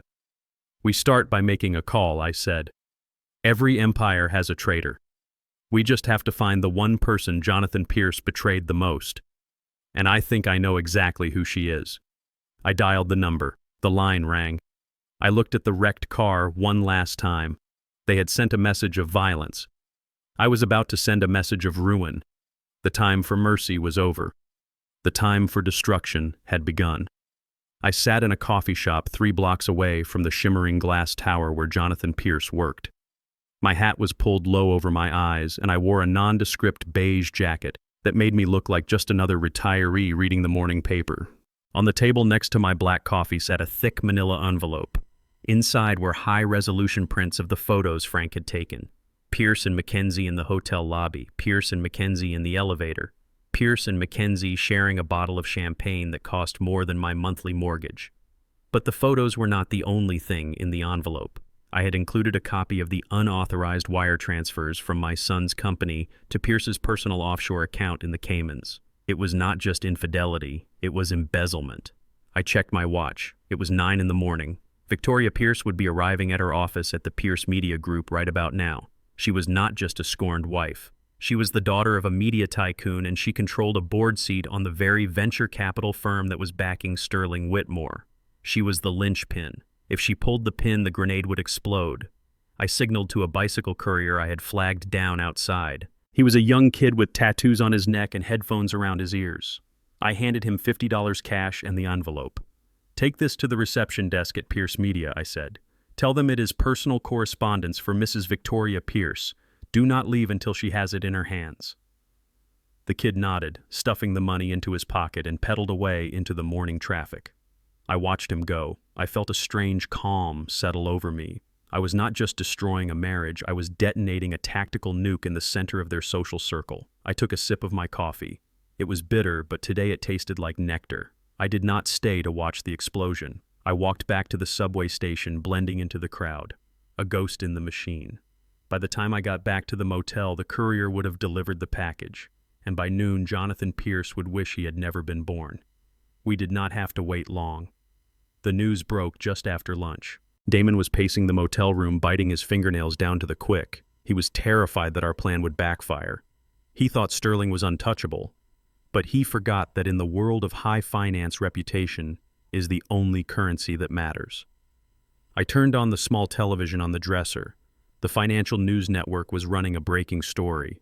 The banner at the bottom of the screen was bright red. CFO of Vantage Capital ousted in scandal. The reporter stood in front of the Vantage building. Behind her, security guards were escorting Jonathan Pierce out the front door. He was holding a cardboard box and trying to cover his face with his jacket. Damon stopped pacing. He stared at the screen. "Is that him?" he whispered. "That is him," I said. The reporter continued. Sources say that Victoria Pierce, a majority shareholder, has filed for immediate divorce and has called for an emergency audit of the firm's holdings, citing irregularities and conflicts of interest. The board has voted to suspend all pending acquisitions immediately, including the highly anticipated IPO of Med-AI Systems. Damon sat down on the bed, his legs giving out. "They suspended the IPO," he said, his voice full of awe. I nodded. Without Pierce protecting him, Sterling is exposed. Vantage Capital is pulling their money. They are not going to buy the company. And without that buyout money, Sterling cannot cover the debts he racked up leveraging the deal. The phone rang. It was Frank. "Turn on Channel 4, Frank said. I switched the channel. It was a local news station. They were showing live footage from a helicopter circling the Whitmore estate. The news anchor was speaking excitedly. "We are receiving reports of a domestic disturbance at the Whitmore residence. Police are on the scene. It appears that creditors are attempting to seize assets." Damon looked at me. "How did you know Victoria would react like this?" he asked. "Because she is a businesswoman, Damon," I said. A woman like that can forgive a mistake, but she will never forgive being made a fool of. Pierce humiliated her with your wife. Now she is going to make sure neither of them ever works in this town again. The stock price of the holding company Sterling had set up to acquire Damon's assets began to freefall. I watched the numbers tick down on the bottom of the screen, red arrow after red arrow. It was a bloodbath. Every tick down was $1 million vanishing from Sterling's net worth. The dominoes were falling exactly as I had lined them up, but I knew Sterling. He was arrogant and he was desperate. And a desperate man does not surrender. He doubles down. The sun set on a day of chaos, but the night brought a new danger. Frank called me again at 10. His voice was tense. "Dwight, we have a problem," he said. "I have a tap on Sterling's encrypted line. He is panicking. He is on a conference call with Mackenzie right now." "What are they saying?" I asked, putting the phone on speaker so Damon could hear. "They are broke," Frank said. "The bank called the loan on the mansion. They have 48 hours to come up with $5 million or they lose everything. Pierce is gone, so they have no lifeline. So what is the move?" I asked. "They are selling the code," Frank said. Damon jumped up. "They cannot sell the code," he shouted. "It is tied up in litigation. They are not selling it legally," Frank continued. "They are on the dark web. They are talking to a buyer in Shenzhen, a company called Red Dragon. They are offering the full source code, including the proprietary algorithms for a cash wire transfer. They are going to smuggle the data out tonight." I felt a cold chill run down my spine. This was the mistake I had been waiting for, but it was also a terrifying escalation. The algorithm was not just medical software, it was based on the Black Box project. It contained encryption keys that the Department of Defense used to secure communication satellites. If that code went to China, it would be a national security breach of the highest order. "They are committing treason," I said, my voice low. "They do not care," Frank said. "They just want the money. They are setting up a secure server transfer for midnight. Dwight, if that transfer completes, the code is gone forever, and your son goes to prison because his name is still on the patent. They will frame him for the sale." I looked at Damon. He was white as a sheet. He understood. Sterling was going to burn the whole country down to save his own skin, and he was going to leave Damon in the ashes. "We have to stop the transfer," Damon said, grabbing his laptop. "I can try to hack their server. I can jam the connection." "No," I said, closing his laptop lid. "We do not stop the transfer." Damon looked at me like I was insane. "Dad, are you crazy? If that code leaves the country, I am finished. I will be branded a traitor." I stood up and walked to the window, looking out at the city lights. "If we stop the transfer, they just try again later," I said. "Or they find another buyer. We need to catch them in the act. We need them to push that button." "But the code," Damon protested. "We let them initiate the handshake," I explained. "We let them establish the connection with the Chinese server. That proves intent.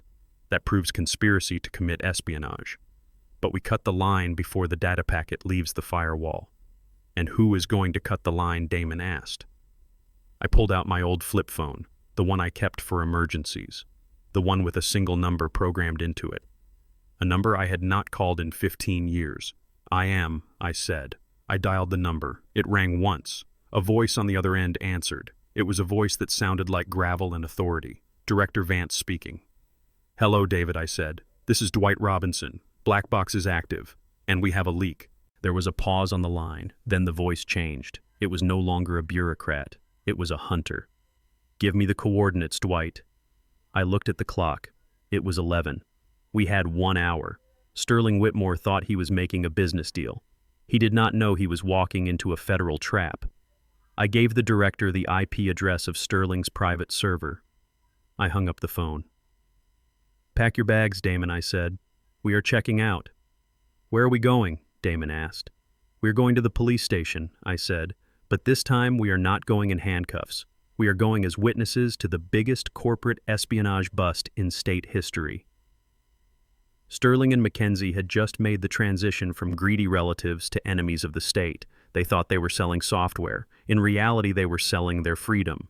And I was going to be there to watch the receipt get printed. The glow of the laptop screen in our motel room was the only light in a world that had gone completely dark. We were watching a crime unfold in real time through the surveillance link Frank had established. On the screen, Sterling Whitmore sat in his mahogany-paneled study. He looked like a man who was drowning and had decided to pull the whole ship down with him. His tie was loosened, and beads of sweat glistened on his forehead under the harsh light of his desk lamp. Mackenzie stood behind him, biting her lips so hard I thought it would bleed. They were staring at a secure terminal window that displayed a connection request from a server in Shenzhen. The buyer was Red Dragon. We knew them. They were a front for foreign intelligence operations that specialized in acquiring dual-use technology. Sterling typed a command with shaking hands. The screen flashed green. Connection established. He was not just selling a company asset. He was opening a back door to the national security infrastructure of the United States. The medical AI code contained the ghost of Project Black Box, the adaptive encryption protocols I had designed to protect nuclear launch keys. Sterling did not know that. He thought he was selling a fancy diagnostic tool. He was too arrogant to understand the weapon he was holding and too greedy to care where it ended up. I watched the progress bar appear. Upload initializing, 0%.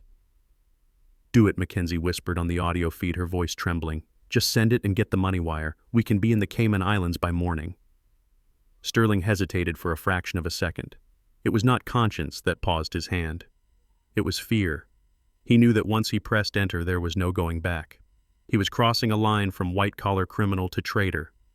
He pressed the key. The progress bar jumped. 5%. 10%. I felt a physical sickness in my gut. I was watching my life's work, the code I had written to protect my country, being auctioned off to pay for a mansion and a yacht. Damon sat next to me, his face pale. He understood the technical implications better than anyone. They are using a packet masking protocol, Damon said, pointing at the screen. They are disguising the data as a standard video stream to bypass the firewall. It is smart. It might fool the automated filters.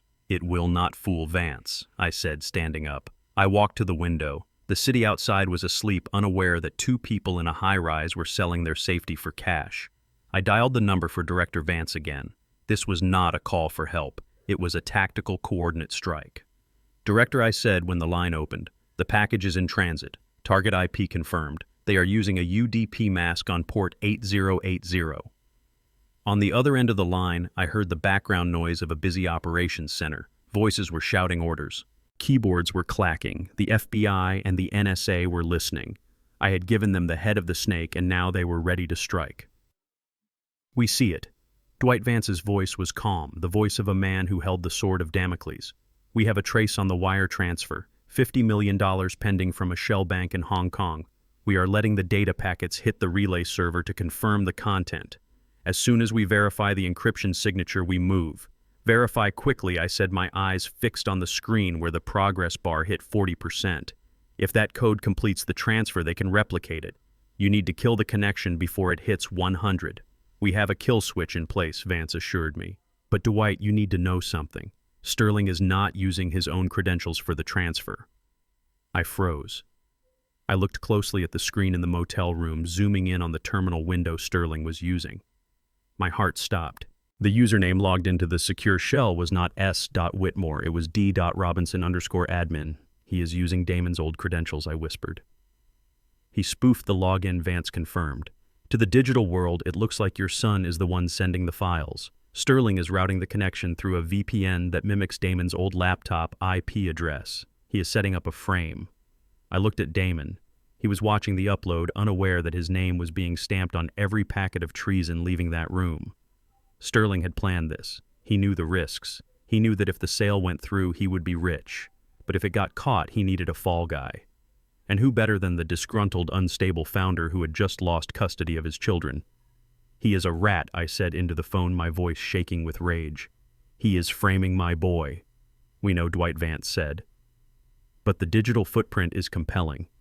If this goes to court, it will be his word against the logs. And right now the logs say Damon is the traitor. We need physical evidence. We need to catch Sterling with his hand on the keyboard. You will get it, I promised. Just keep the team ready. I hung up the phone.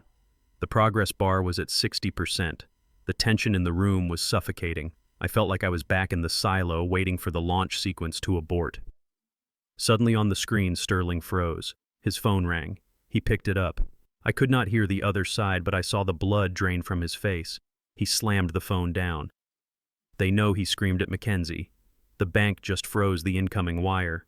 They flagged it as suspicious activity. Mackenzie panicked. What do you mean suspicious? It is a shell company. It should be clean. Someone tipped them off. Sterling yelled, standing up and pacing the room like a caged animal. He ran his hands through his hair, destroying his perfect coiffure. The SEC is freezing the account. The deal is dead. He looked at the computer screen. The upload was still running. 70%. Cancel it, Mackenzie shrieked. Pull the plug. If the money is not coming, we cannot send the code.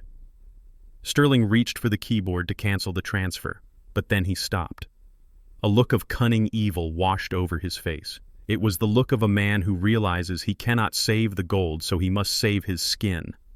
No, he said, his voice dropping to a sinister whisper. Let it finish.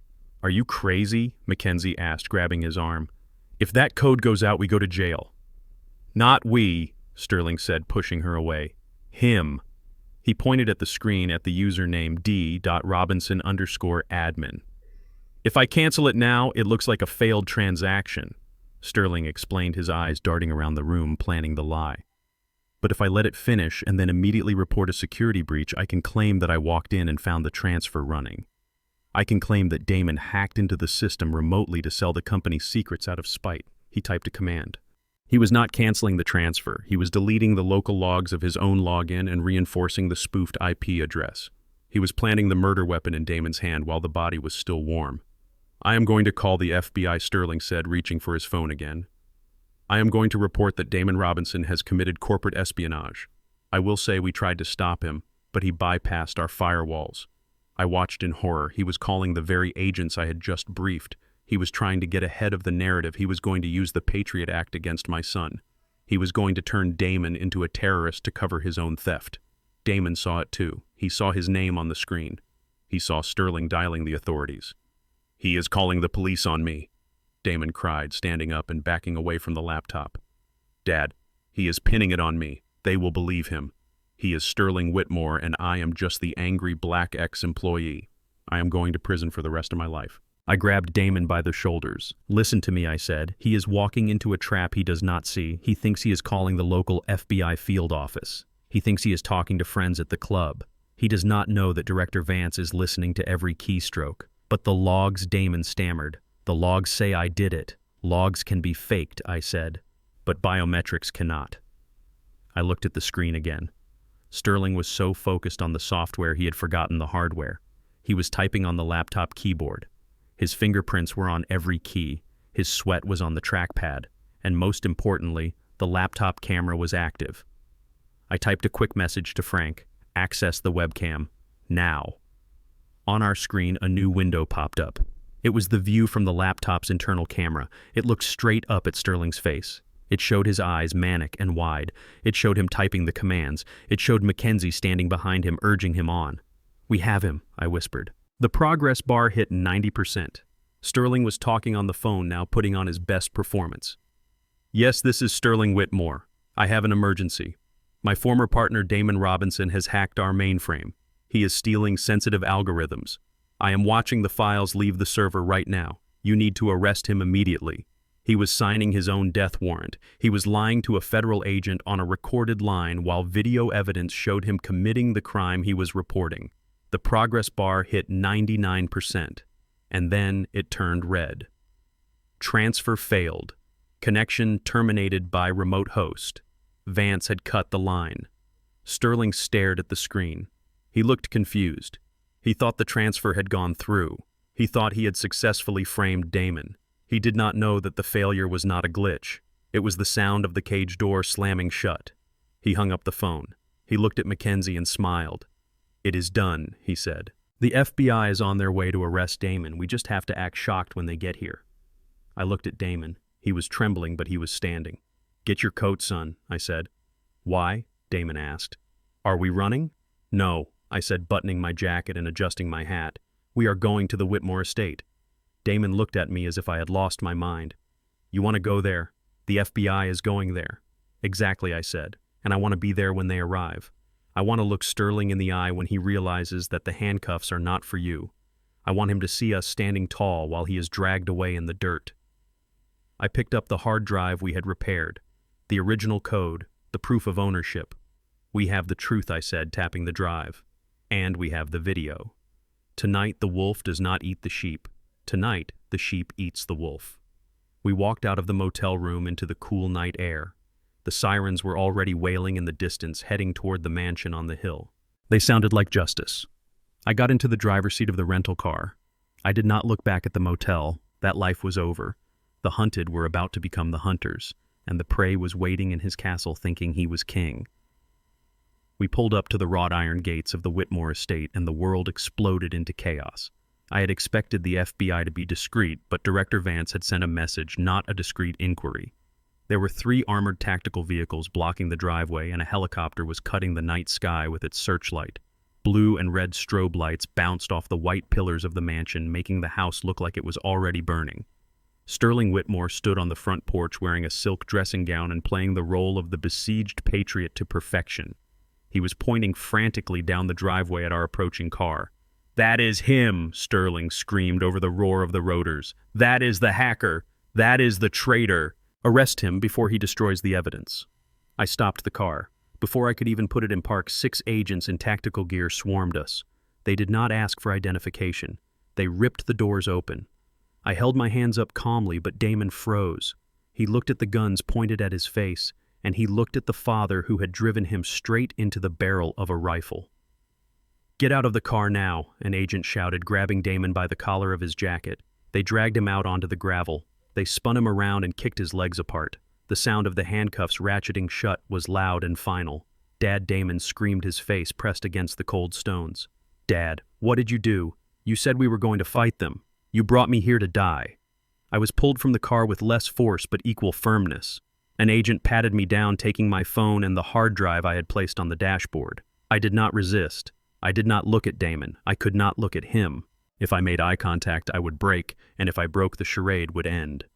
Sterling ran down the steps, his face flushed with triumph. "Thank God you are here," he panted, acting for the agents. "He tried to sell the code to China. I tried to stop him, but he is unstable. He has been off his medication for weeks. Look at him. He is a lunatic." Damon was sobbing now, thrashing against the agents. "I am not a traitor," he yelled. "He is lying. My dad knows the truth. Dad, tell them. Tell them what we saw." I stood silent. I let the agents push me toward a separate vehicle. I saw the light die in Damon's eyes. It was replaced by a look of pure, absolute betrayal. He thought I had sold him out to save myself. He thought I was just another old man afraid of the power of the Whitmore name. They shoved him into the back of an armored van. As the doors slammed shut, I saw him mouth the word coward. I sat in the back of the sedan as we drove to the field office. The agent driving looked at me in the rearview mirror. "You okay, Mr. Robinson?" he asked. I looked out the window at the passing city lights.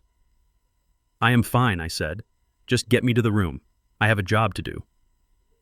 The interrogation room was exactly as I remembered them from my days at the Pentagon. Cinderblock walls painted a depressing shade of gray, a steel table bolted to the floor, and a 2-way mirror that hummed with the presence of hidden observers. Damon sat on the other side of the table. He had been there for an hour. They had taken his shoelaces and his belt. He looked small. He looked broken. Agent Thorne, the lead investigator for the Cybercrimes Division, stood in the corner of the room. He was a sharp man who knew code better than he knew people. He had been grilling Damon for 40 minutes, and Damon had said nothing. He just stared at the wall, waiting for the prison cell he was sure was coming. The door opened. I walked in. I was not wearing handcuffs. I was wearing a visitor badge that read Department of Defense Consultant. I carried a laptop and a thick file folder. Damon looked up. His eyes widened. He looked at the badge, then at my face. "Dad," he whispered. "What is going on? Are they charging you too?" I did not answer him. I pulled out a chair and sat down opposite him. I opened the laptop. Agent Thorne stepped forward and placed a recording device on the table. "For the record," Agent Thorne said, Present in the room is suspect Damon Robinson and Special Technical Advisor Dwight Robinson. Damon recoiled as if he had been slapped. "Advisor," he stammered. "You are working with them. You are helping them put me away." I looked at my son. The pain in his voice was like a physical blow, but I had to be clinical. I had to be the engineer. "Damon, listen to me," I said, my voice devoid of emotion. "We are looking at the server logs from the transaction tonight. The FBI has traced a $50 million wire transfer from a known front for Chinese intelligence. The login credentials used to authorize the file transfer belong to you. Your digital signature is on the packet." "So that is it," Damon said, a tear sliding down his cheek. "You believe him. After everything we saw, you believe him. You really are a coward." I typed a command into the laptop. The screen projected onto the wall behind me. It showed the lines of code from the transfer log. "The evidence is compelling," I continued, ignoring his insult. "The IP address matches your old laptop. The username is yours. The password was entered correctly on the first try. To a standard forensic audit, this is an open and shut case of corporate espionage." Agent Thorne nodded. "It is enough to put you away for 20 years, Damon, unless you want to cut a deal and tell us who you were working with." Damon laughed, a bitter, hollow sound. "I was working with nobody. I was in a motel room with my father, who I thought was a hero. But it turns out he is just a traitor like everyone else." I stopped typing. I looked at Agent Thorne. "Standard forensics would convict him," I said, "but we are not doing standard forensics today." I turned the laptop around so Damon could see the screen. "Damon, look at the code," I ordered. "I do not want to look at your lies," Damon spat. "Look at the code," I shouted, slamming my hand on the table. "Look at the keystroke intervals." Damon flinched. He looked at the screen. He saw the timestamp data I had highlighted. It showed the milliseconds between each keystroke when the password was typed.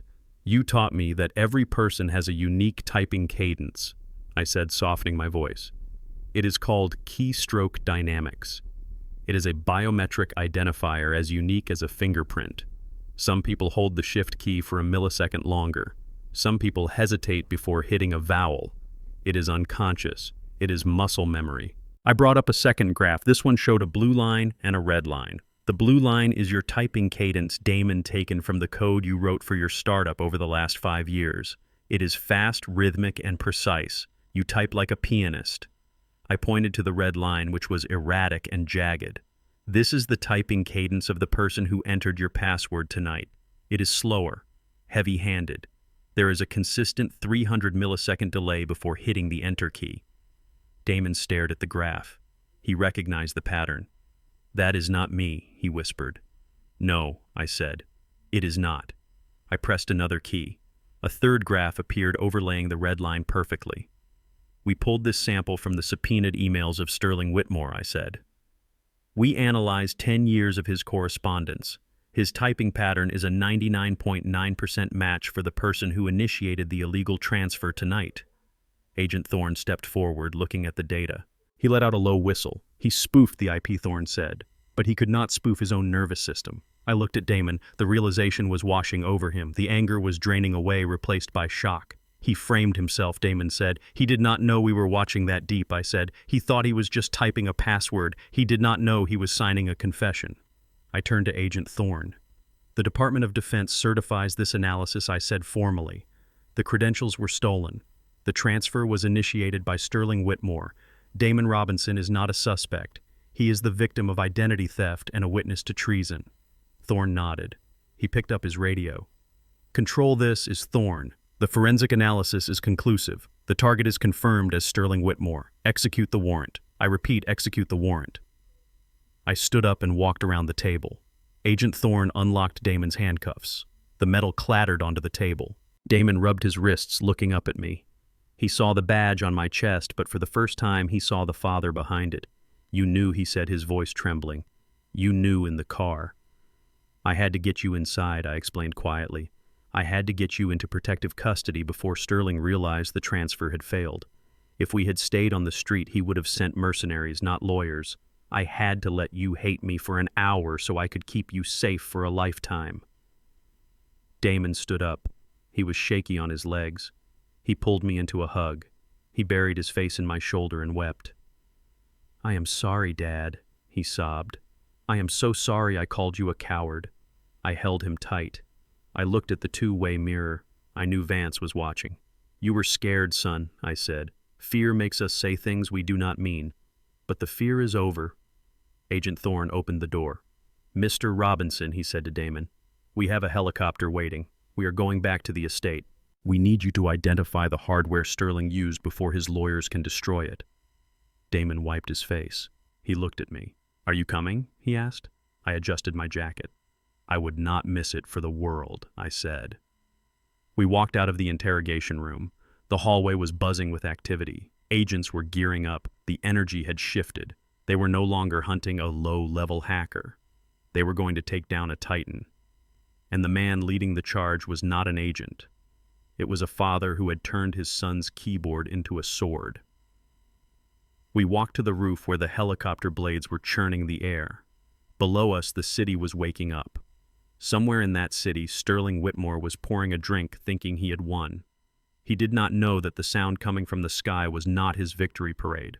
It was the sound of his judgment arriving at 200 miles per hour. The ride in the tactical helicopter was loud and vibrating with the raw power of the federal government. I sat next to Damon, who was staring out the window at the dark landscape below. His hands were free now, but he rubbed his wrists where the handcuffs had been, a phantom reminder of how close he had come to losing his freedom. We banked hard over the tree line, and the Whitmore estate came into view. It was lit up like a Christmas tree. From 2,000 feet up, it looked peaceful, a fortress of wealth and privilege that had stood for generations. But as we descended, the illusion shattered. The ground was swarming with activity. The convoy of armored vehicles had smashed through the iron gates, the same gates where Miller had humiliated me days ago. They had torn the metal off its hinges, leaving it twisted in the dirt.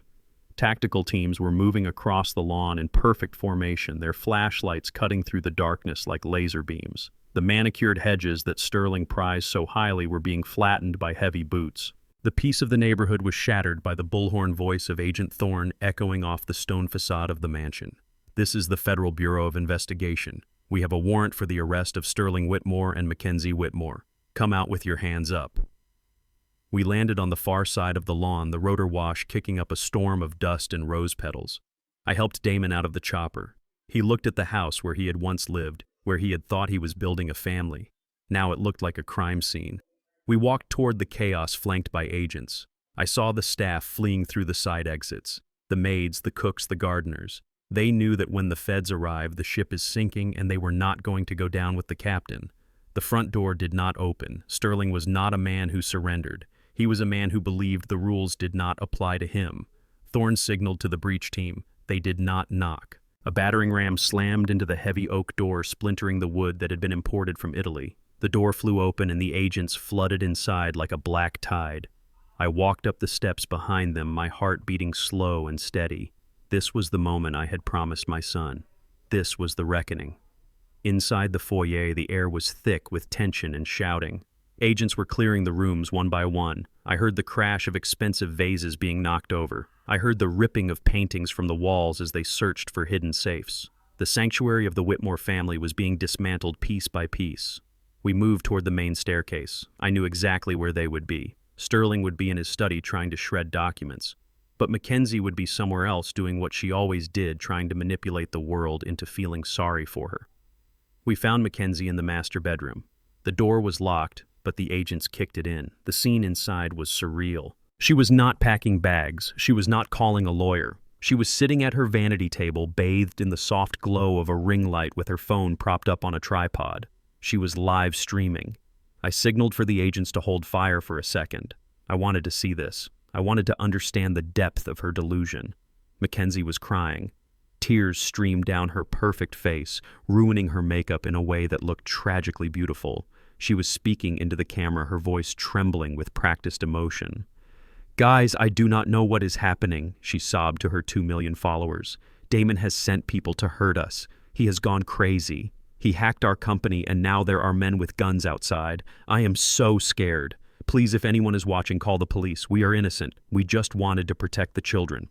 She was playing the victim to the very end, using her audience as a shield. She glanced at the viewer count. It was climbing. The comments were flying by, offering prayers and support. She thought she could win the court of public opinion even as the law was breaking down her door. Agent Thorne stepped into the frame. Mackenzie Whitmore put the phone down. He ordered, his voice cutting through her performance. Mackenzie screamed. It was a theatrical scream meant for the audience. "They are here!" she shrieked, looking into the lens. "Oh my God, they are going to kill me!" Thorne did not hesitate. He moved in fast. He grabbed her arm and pulled her away from the vanity. Mackenzie fought him, scratching and clawing. "Get your hands off me!" she yelled, dropping the act. "Do you know who I am? My father will ruin you!" Thorne spun her around and slammed her against the wall. The phone was still recording. It had fallen onto the carpet, but the camera was angled up, capturing everything. It captured the look of shock on her face as the cold steel of the handcuffs clicked onto her wrists. It captured the way her silk robe tore as she struggled. And most importantly, it captured the agents reading her rights. "Mackenzie Whitmore, you are under arrest for corporate espionage, wire fraud, and conspiracy to commit treason." The chat room on the screen went wild. The prayers stopped. The questions started. Treason, fraud. The millions of people she had manipulated just watched the truth slap her in the face. I walked into the room. I picked up the phone. Mackenzie looked up and saw me holding her device. Her eyes went wide. "Dwight," she gasped.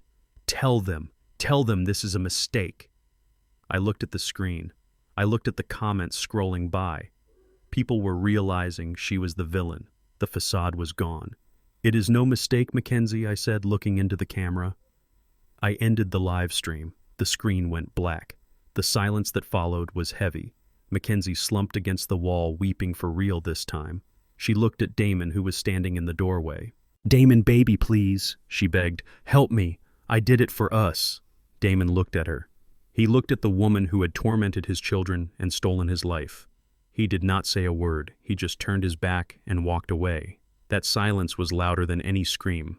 It was the sound of a man cutting out a cancer. We left Mackenzie with the agents and headed for the study. The shouting there was louder. Sterling was not crying. He was raging. We entered the room to find him cornered behind his massive desk. He was holding a stack of files to his chest as if they could stop bullets. 3 agents had their weapons trained on him. "Do not touch me!" Sterling bellowed, his face purple with fury. "This is private property. I demand to speak to the Attorney General. I had dinner with him last week." Thorne stepped forward.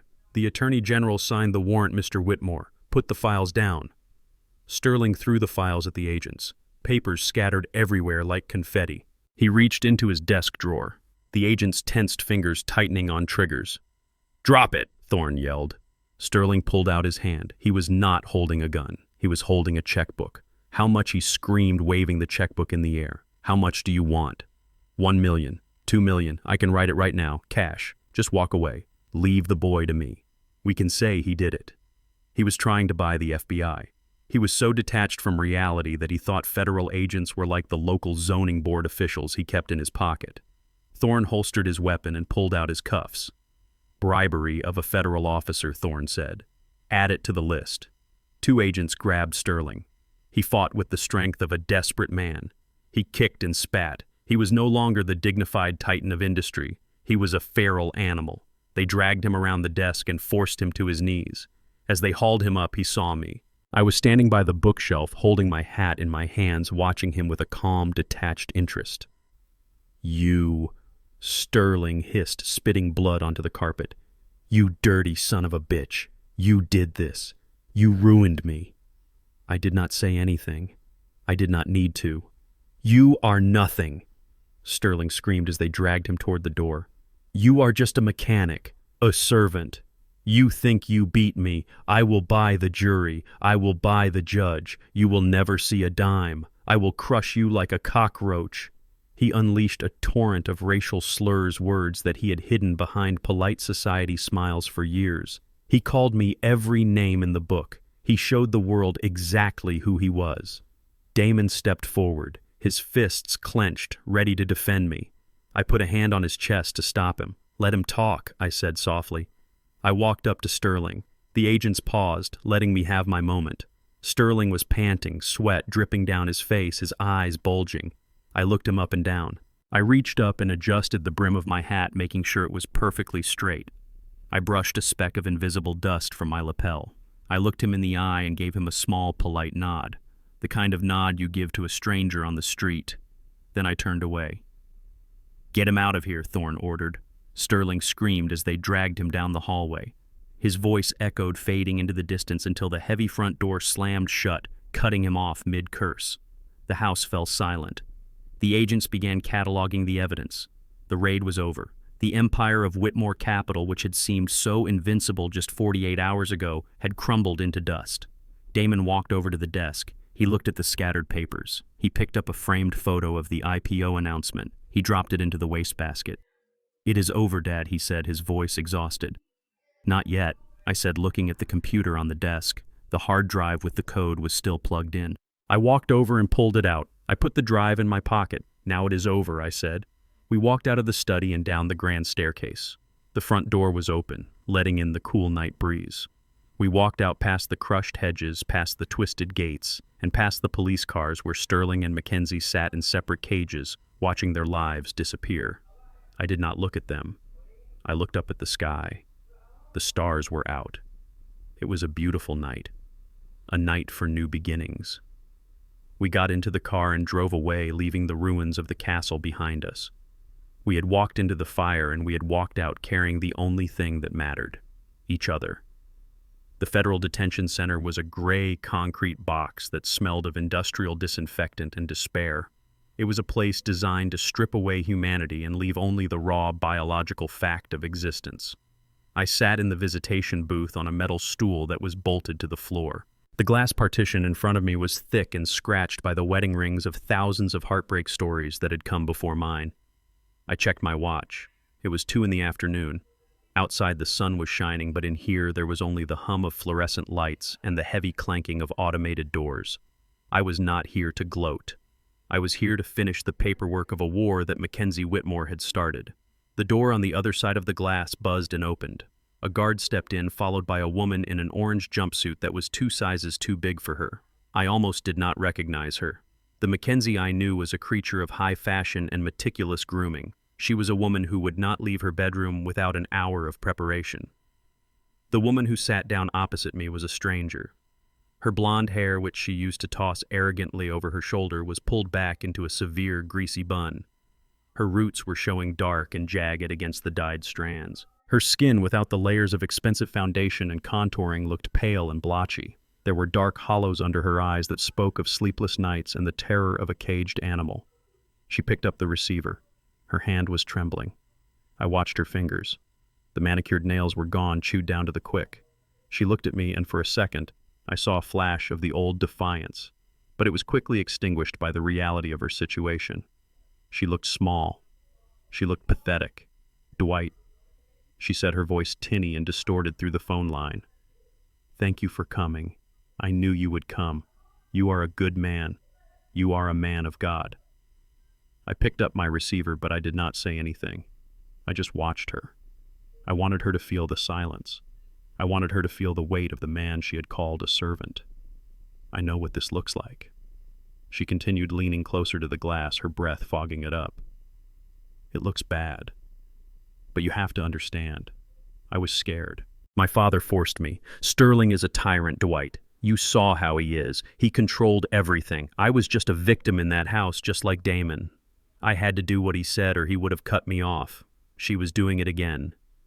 Even in prison, wearing the uniform of a felon, she was trying to spin a narrative.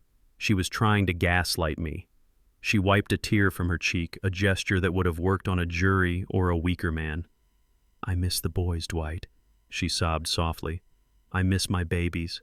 I have not slept thinking about them. How are they? Are they eating? Does Lucas have his teddy bear? Please tell me you are taking care of them." I leaned forward. I looked deep into her eyes, searching for a shred of genuine maternal concern. I saw only calculation. She was using the children as a bargaining chip, just as she always had. "The boys are fine, Mackenzie," I said, my voice calm and level. "They are better than fine. For the first time in their lives, they are sleeping through the night because they do not have to listen to you screaming at their father. They are eating well because they do not have a mother who starves them for spilling juice on a white carpet." Mackenzie flinched as if I had struck her. "Dwight, please," she begged. "I know I made mistakes. I was stressed, but I am their mother. You cannot keep them from me. I need to see them. I have rights." "You have no rights," I said, cutting her off. I reached into my jacket pocket and pulled out a folded document. I held it up to the glass so she could read the bold header. Damon was granted full sole and permanent custody this morning, I said. The judge reviewed the video evidence. He reviewed the testimony of the nannies you fired. He reviewed the psychological evaluation of the twins. You have been designated as a threat to their physical and emotional well-being. Your parental rights have been terminated. Mackenzie stared at the paper. Her mouth opened and closed, but no sound came out. The reality was crashing down on her. She had lost her leverage. You will never see them again, I said. You will never speak to them again. As far as Leo and Lucas are concerned, their mother went away on a long trip and she is never coming back. We are erasing you, Mackenzie, just like you tried to erase Damon. No, she screamed, slamming her hand against the glass. You cannot do this. They are my children. I will fight this. My lawyer will fix this. Your lawyer quit this morning, I said. His firm does not represent clients charged with treason, and even if he stayed, you cannot afford him anymore. Mackenzie slumped back in her chair. She looked around the small room, panic setting in. Dwight, listen to me, she whispered hurriedly, looking at the guard by the door. I have information. I know where Sterling hid the other accounts. I know about the offshore shells in Panama. I can testify against him. I can give you everything. Just talk to the prosecutor. Get me a deal. I cannot stay here. These women look at me like I am meat. I will die in here. She was willing to sell out her own father to save her skin. It was not surprising. Loyalty in the Whitmore family was just a currency to be traded when the market crashed. We do not need your information, I said coldly. We have the hard drive. We have the server logs. We have the video of the transfer. We have enough evidence to put Sterling away for 3 lifetimes. Your testimony is worthless, Mackenzie. You are not a witness. You are a co-conspirator. But I am family. She pleaded, tears streaming down her face unchecked. I am your daughter-in-law. You ceased to be family the day you let your father frame my son for a crime that would have sent him to federal prison, I said. You ceased to be family the day you threw my grandson's clothes in the trash. You are not family. You are inmate number 8940. And that is all you will ever be. I started to hang up the phone. Wait, she yelled, her voice cracking. Wait, Dwight. My house, my things. I need money for the commissary. I need to sell the estate. The deed is in my name, too. I can sell it and pay restitution. I can get a better lawyer. I paused. I brought the receiver back to my ear. This was the moment I had been waiting for. This was the final twist of the knife. You do not have a house, Mackenzie, I said. What do you mean? She asked, wiping her nose. The bank has not foreclosed yet. It takes months. The bank called the note yesterday, I explained. When the news of the scandal broke, the value of the property plummeted. The bank wanted to offload the toxic debt immediately. They put the mortgage note up for a private emergency sale. So who bought it? She asked, her eyes darting back and forth. I did, I said. Mackenzie froze. She looked at me as if I was speaking a foreign language. You, she whispered. You do not have that kind of money. I did not, I admitted. But then I made a few calls. I used the settlement money from the defamation lawsuit against your father, which his insurance company paid out yesterday. And I combined it with the signing bonus from the new government contract that Damon just secured for his company. We bought the debt for pennies on the dollar, Mackenzie. I am the holder of the note. I am your creditor. I leaned in closer, my voice dropping to a whisper that was louder than a shout. And this morning, as the new owner of the debt, I exercised my right to immediate foreclosure due to criminal activity on the premises. The deed has been transferred. The locks have been changed. Mackenzie looked horrified. My clothes, she stammered. My jewelry, my bags. Seized, I said. Everything inside the house is now considered abandoned property to offset the outstanding debt. We are auctioning it all off. The proceeds will go to a charity for children of incarcerated parents. She shook her head violently.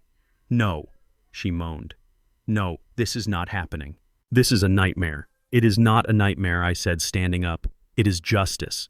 You took my son's home. You took his car. You took his dignity. You thought because we were quiet, we were weak. You thought because we were black, we were poor. Now I own your house. I own your debt. And I own your future. I looked down at her one last time. She was weeping into her hands, a broken woman in an orange suit who had nothing left in the world but the consequences of her own greed. Goodbye, Mackenzie, I said. I hung up the phone. The click was final. I turned and walked toward the exit. I did not look back. I could hear her screaming my name through the thick glass, but it sounded like a ghost crying in a storm. It did not reach me. I walked out of the detention center into the bright afternoon sun. Damon was waiting for me in the parking lot, leaning against a new SUV. He looked healthy. He looked free. He saw my face, and he knew. "Is it done?" he asked. "It is done," I said. We got into the car. "Where to?" Damon asked. "Home," I said. And for the first time in a long time, the word home meant something real. It was not a place of fear or secrets. It was a fortress we had built with our own hands on the ashes of those who tried to destroy us. We drove away, leaving the prison behind, leaving the Whitmores to rot in the cells they had built for themselves. We had won. And the silence that followed was the most beautiful sound in the world. 6 months have passed since the flashing lights faded from the driveway and the sirens stopped echoing off the stone walls of the estate. The seasons have changed, turning the manicured green lawns into a tapestry of autumn gold and rust. I drove my truck up the long, winding driveway, but this time I did not have to park on the shoulder. I did not have to wait for Miller to buzz me in with a look of pity in his eyes. I had the remote. I pressed the button and the new iron gate swung open silently, welcoming me home. This was no longer the Whitmore estate. The brass plaque on the front pillar that had borne their name for 3 generations had been removed. In its place was nothing, just clean stone. We did not need a sign to tell us who we were. We knew who we were. We were the Robinsons, and we had taken the castle, not by inheritance, but by conquest. I parked in front of the garage. Damon was already there, standing on the porch. He looked different. The hunch in his shoulders was gone, replaced by the easy posture of a man who owns the ground he stands on. He was watching Leo and Lucas run through the piles of leaves on the lawn.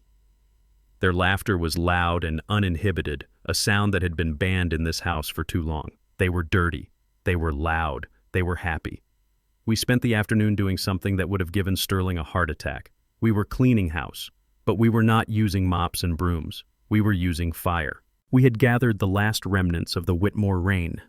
In the center of the backyard where Sterling used to host his pretentious garden parties, we had built a fire pit.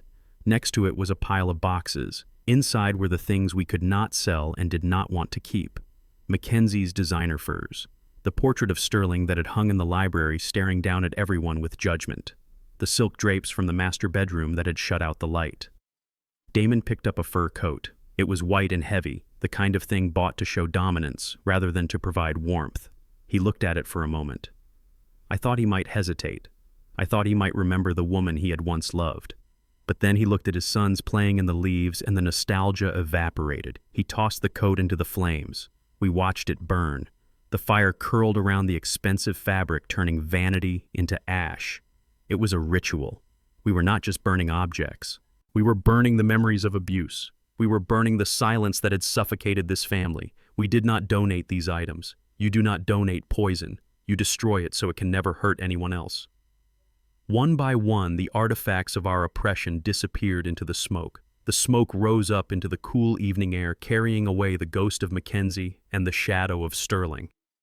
When the fire finally died down, leaving only glowing embers, I felt a lightness in my chest that I had not felt in years. The house behind us looked different now. The windows were open, letting in the breeze. The lights were warm. It was no longer a museum of greed. It was a home. The next morning, I went to the headquarters of Robinson Systems. It was located in the same glass tower where Damon had once been escorted out by security guards, but now he occupied the top floor.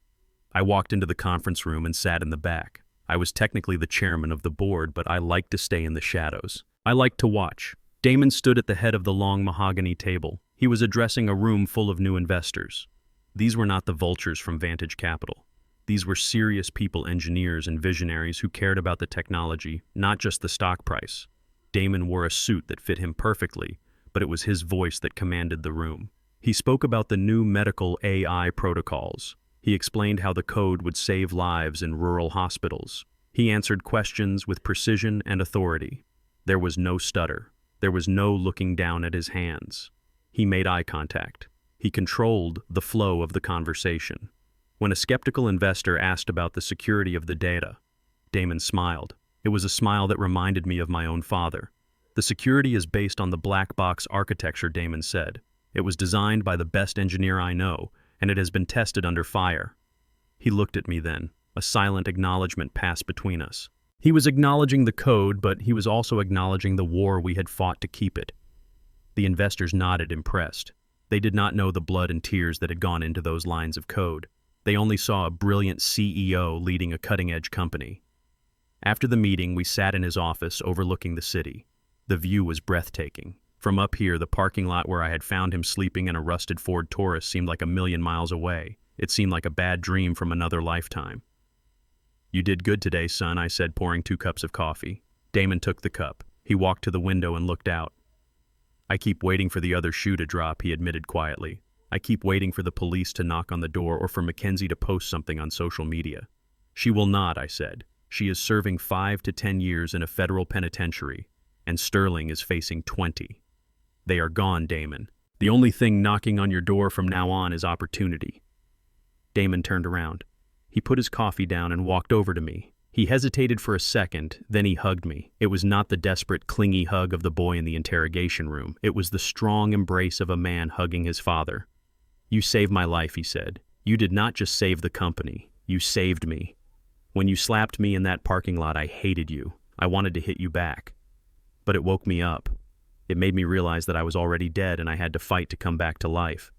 I patted his back, feeling the solid muscle beneath the suit. "I did not save you," I said, pulling back to look him in the eye. "I just reminded you who you were. You are a Robinson. We do not break. We bend. We hurt. But we never break." We left the office and drove back to the house for dinner. The boys were already at the table waiting for us. The nanny, a kind woman named Mrs. Higgins, had made pot roast. It was simple food, comfort food. We sat down, and for the first time in years we said grace without rushing. We held hands. I felt the small, sticky hand of Lucas in mine and the strong hand of Damon on the other side. The conversation was not about stock prices or lawsuits. It was about school. It was about soccer practice. It was about the new Spider-Man movie. It was the mundane, beautiful conversation of a normal family. And that normalcy was the greatest victory of all. We had walked through hell to get to this dinner table. We had faced treason and betrayal and prison cells just to be able to eat pot roast in peace. Later that night, I sat on the front porch in my rocking chair. The house was quiet. The boys were asleep. Damon was reading in the study. I looked out at the stars. I thought about the journey. I thought about the $500,000 that had started it all. It seemed like such a small amount of money now. The real cost had been innocence. We had lost our naivety. We had learned that the people who smile at you can be holding a knife behind their back. We had learned that the legal system is a weapon that can be used by the wicked just as easily as the righteous. But we had also learned something else. We had learned the power of truth. Not the polite truth that people tell at dinner parties, but the raw, ugly truth that cuts through lies like a laser. We had learned that a father's love is not passive. It is active. It is dangerous. It is a force of nature that will burn down the world to protect its own. People often ask me if I feel guilty about what happened to the Whitmores. They ask if I went too far by buying their debt and taking their home. They ask if I should have shown mercy. I take a sip of my bourbon and I tell them the same thing. Justice is not vengeance. Vengeance is emotional. It is uncontrolled. Justice is mathematical. It is the balancing of an equation. Sterling and Mackenzie took everything from us. They tried to take my son's mind and my grandson's future. They subtracted humanity from our lives. I simply balanced the ledger. I returned the deficit to its origin. I do not feel guilt. I feel peace. I look at this house and I do not see a trophy of war. I see a fortress. I see a sanctuary where my grandsons will grow up strong and proud. They will know that their grandfather was a soldier. They will know that their father is a king. And they will know that in this family we do not run from monsters. We turn on the lights and we watch them scatter. My name is Dwight Robinson. I am 68 years old. I am a retired engineer. I am a father. And I am the man who stood in the parking lot and refused to let the darkness win. If you are listening to this and you are facing a giant in your life, do not be afraid. Giants are just tall. They fall harder when you cut them down at the knees. Stand your ground, speak your truth, and never ever apologize for protecting what is yours. Thank you for listening to my story. I hope it gives you the strength to fight your own battles. If you enjoyed this journey, please hit the like button and subscribe to the channel. It helps us share more stories of truth and justice. And tell me in the comments below, what would you have done if you found your family sleeping in that car? Would you have signed the papers, or would you have started a war? I will be reading your answers. Until next time, stay strong and keep fighting. What did I learn from this war? I learned that evil often wears a smile and an expensive suit. Sterling Whitmore thought power came from a bank account, but he was wrong. True power is the refusal to bow down to injustice. I learned that you cannot save your children by shielding them from the world. You save them by teaching them how to fight back. We walked through the fire and came out stronger, not because we were rich, but because we were right. To anyone listening, never let fear dictate your future. Your dignity is the one thing they can never repossess. If this story gave you the courage to stand up for yourself, please hit the like button and subscribe to the channel. It helps us share more stories of truth and redemption. And I want to ask you one final question. Is there a toxic person in your life you need to cut off to find your own peace? Let me know in the comments below. I will be reading your stories. Until next time, stay strong.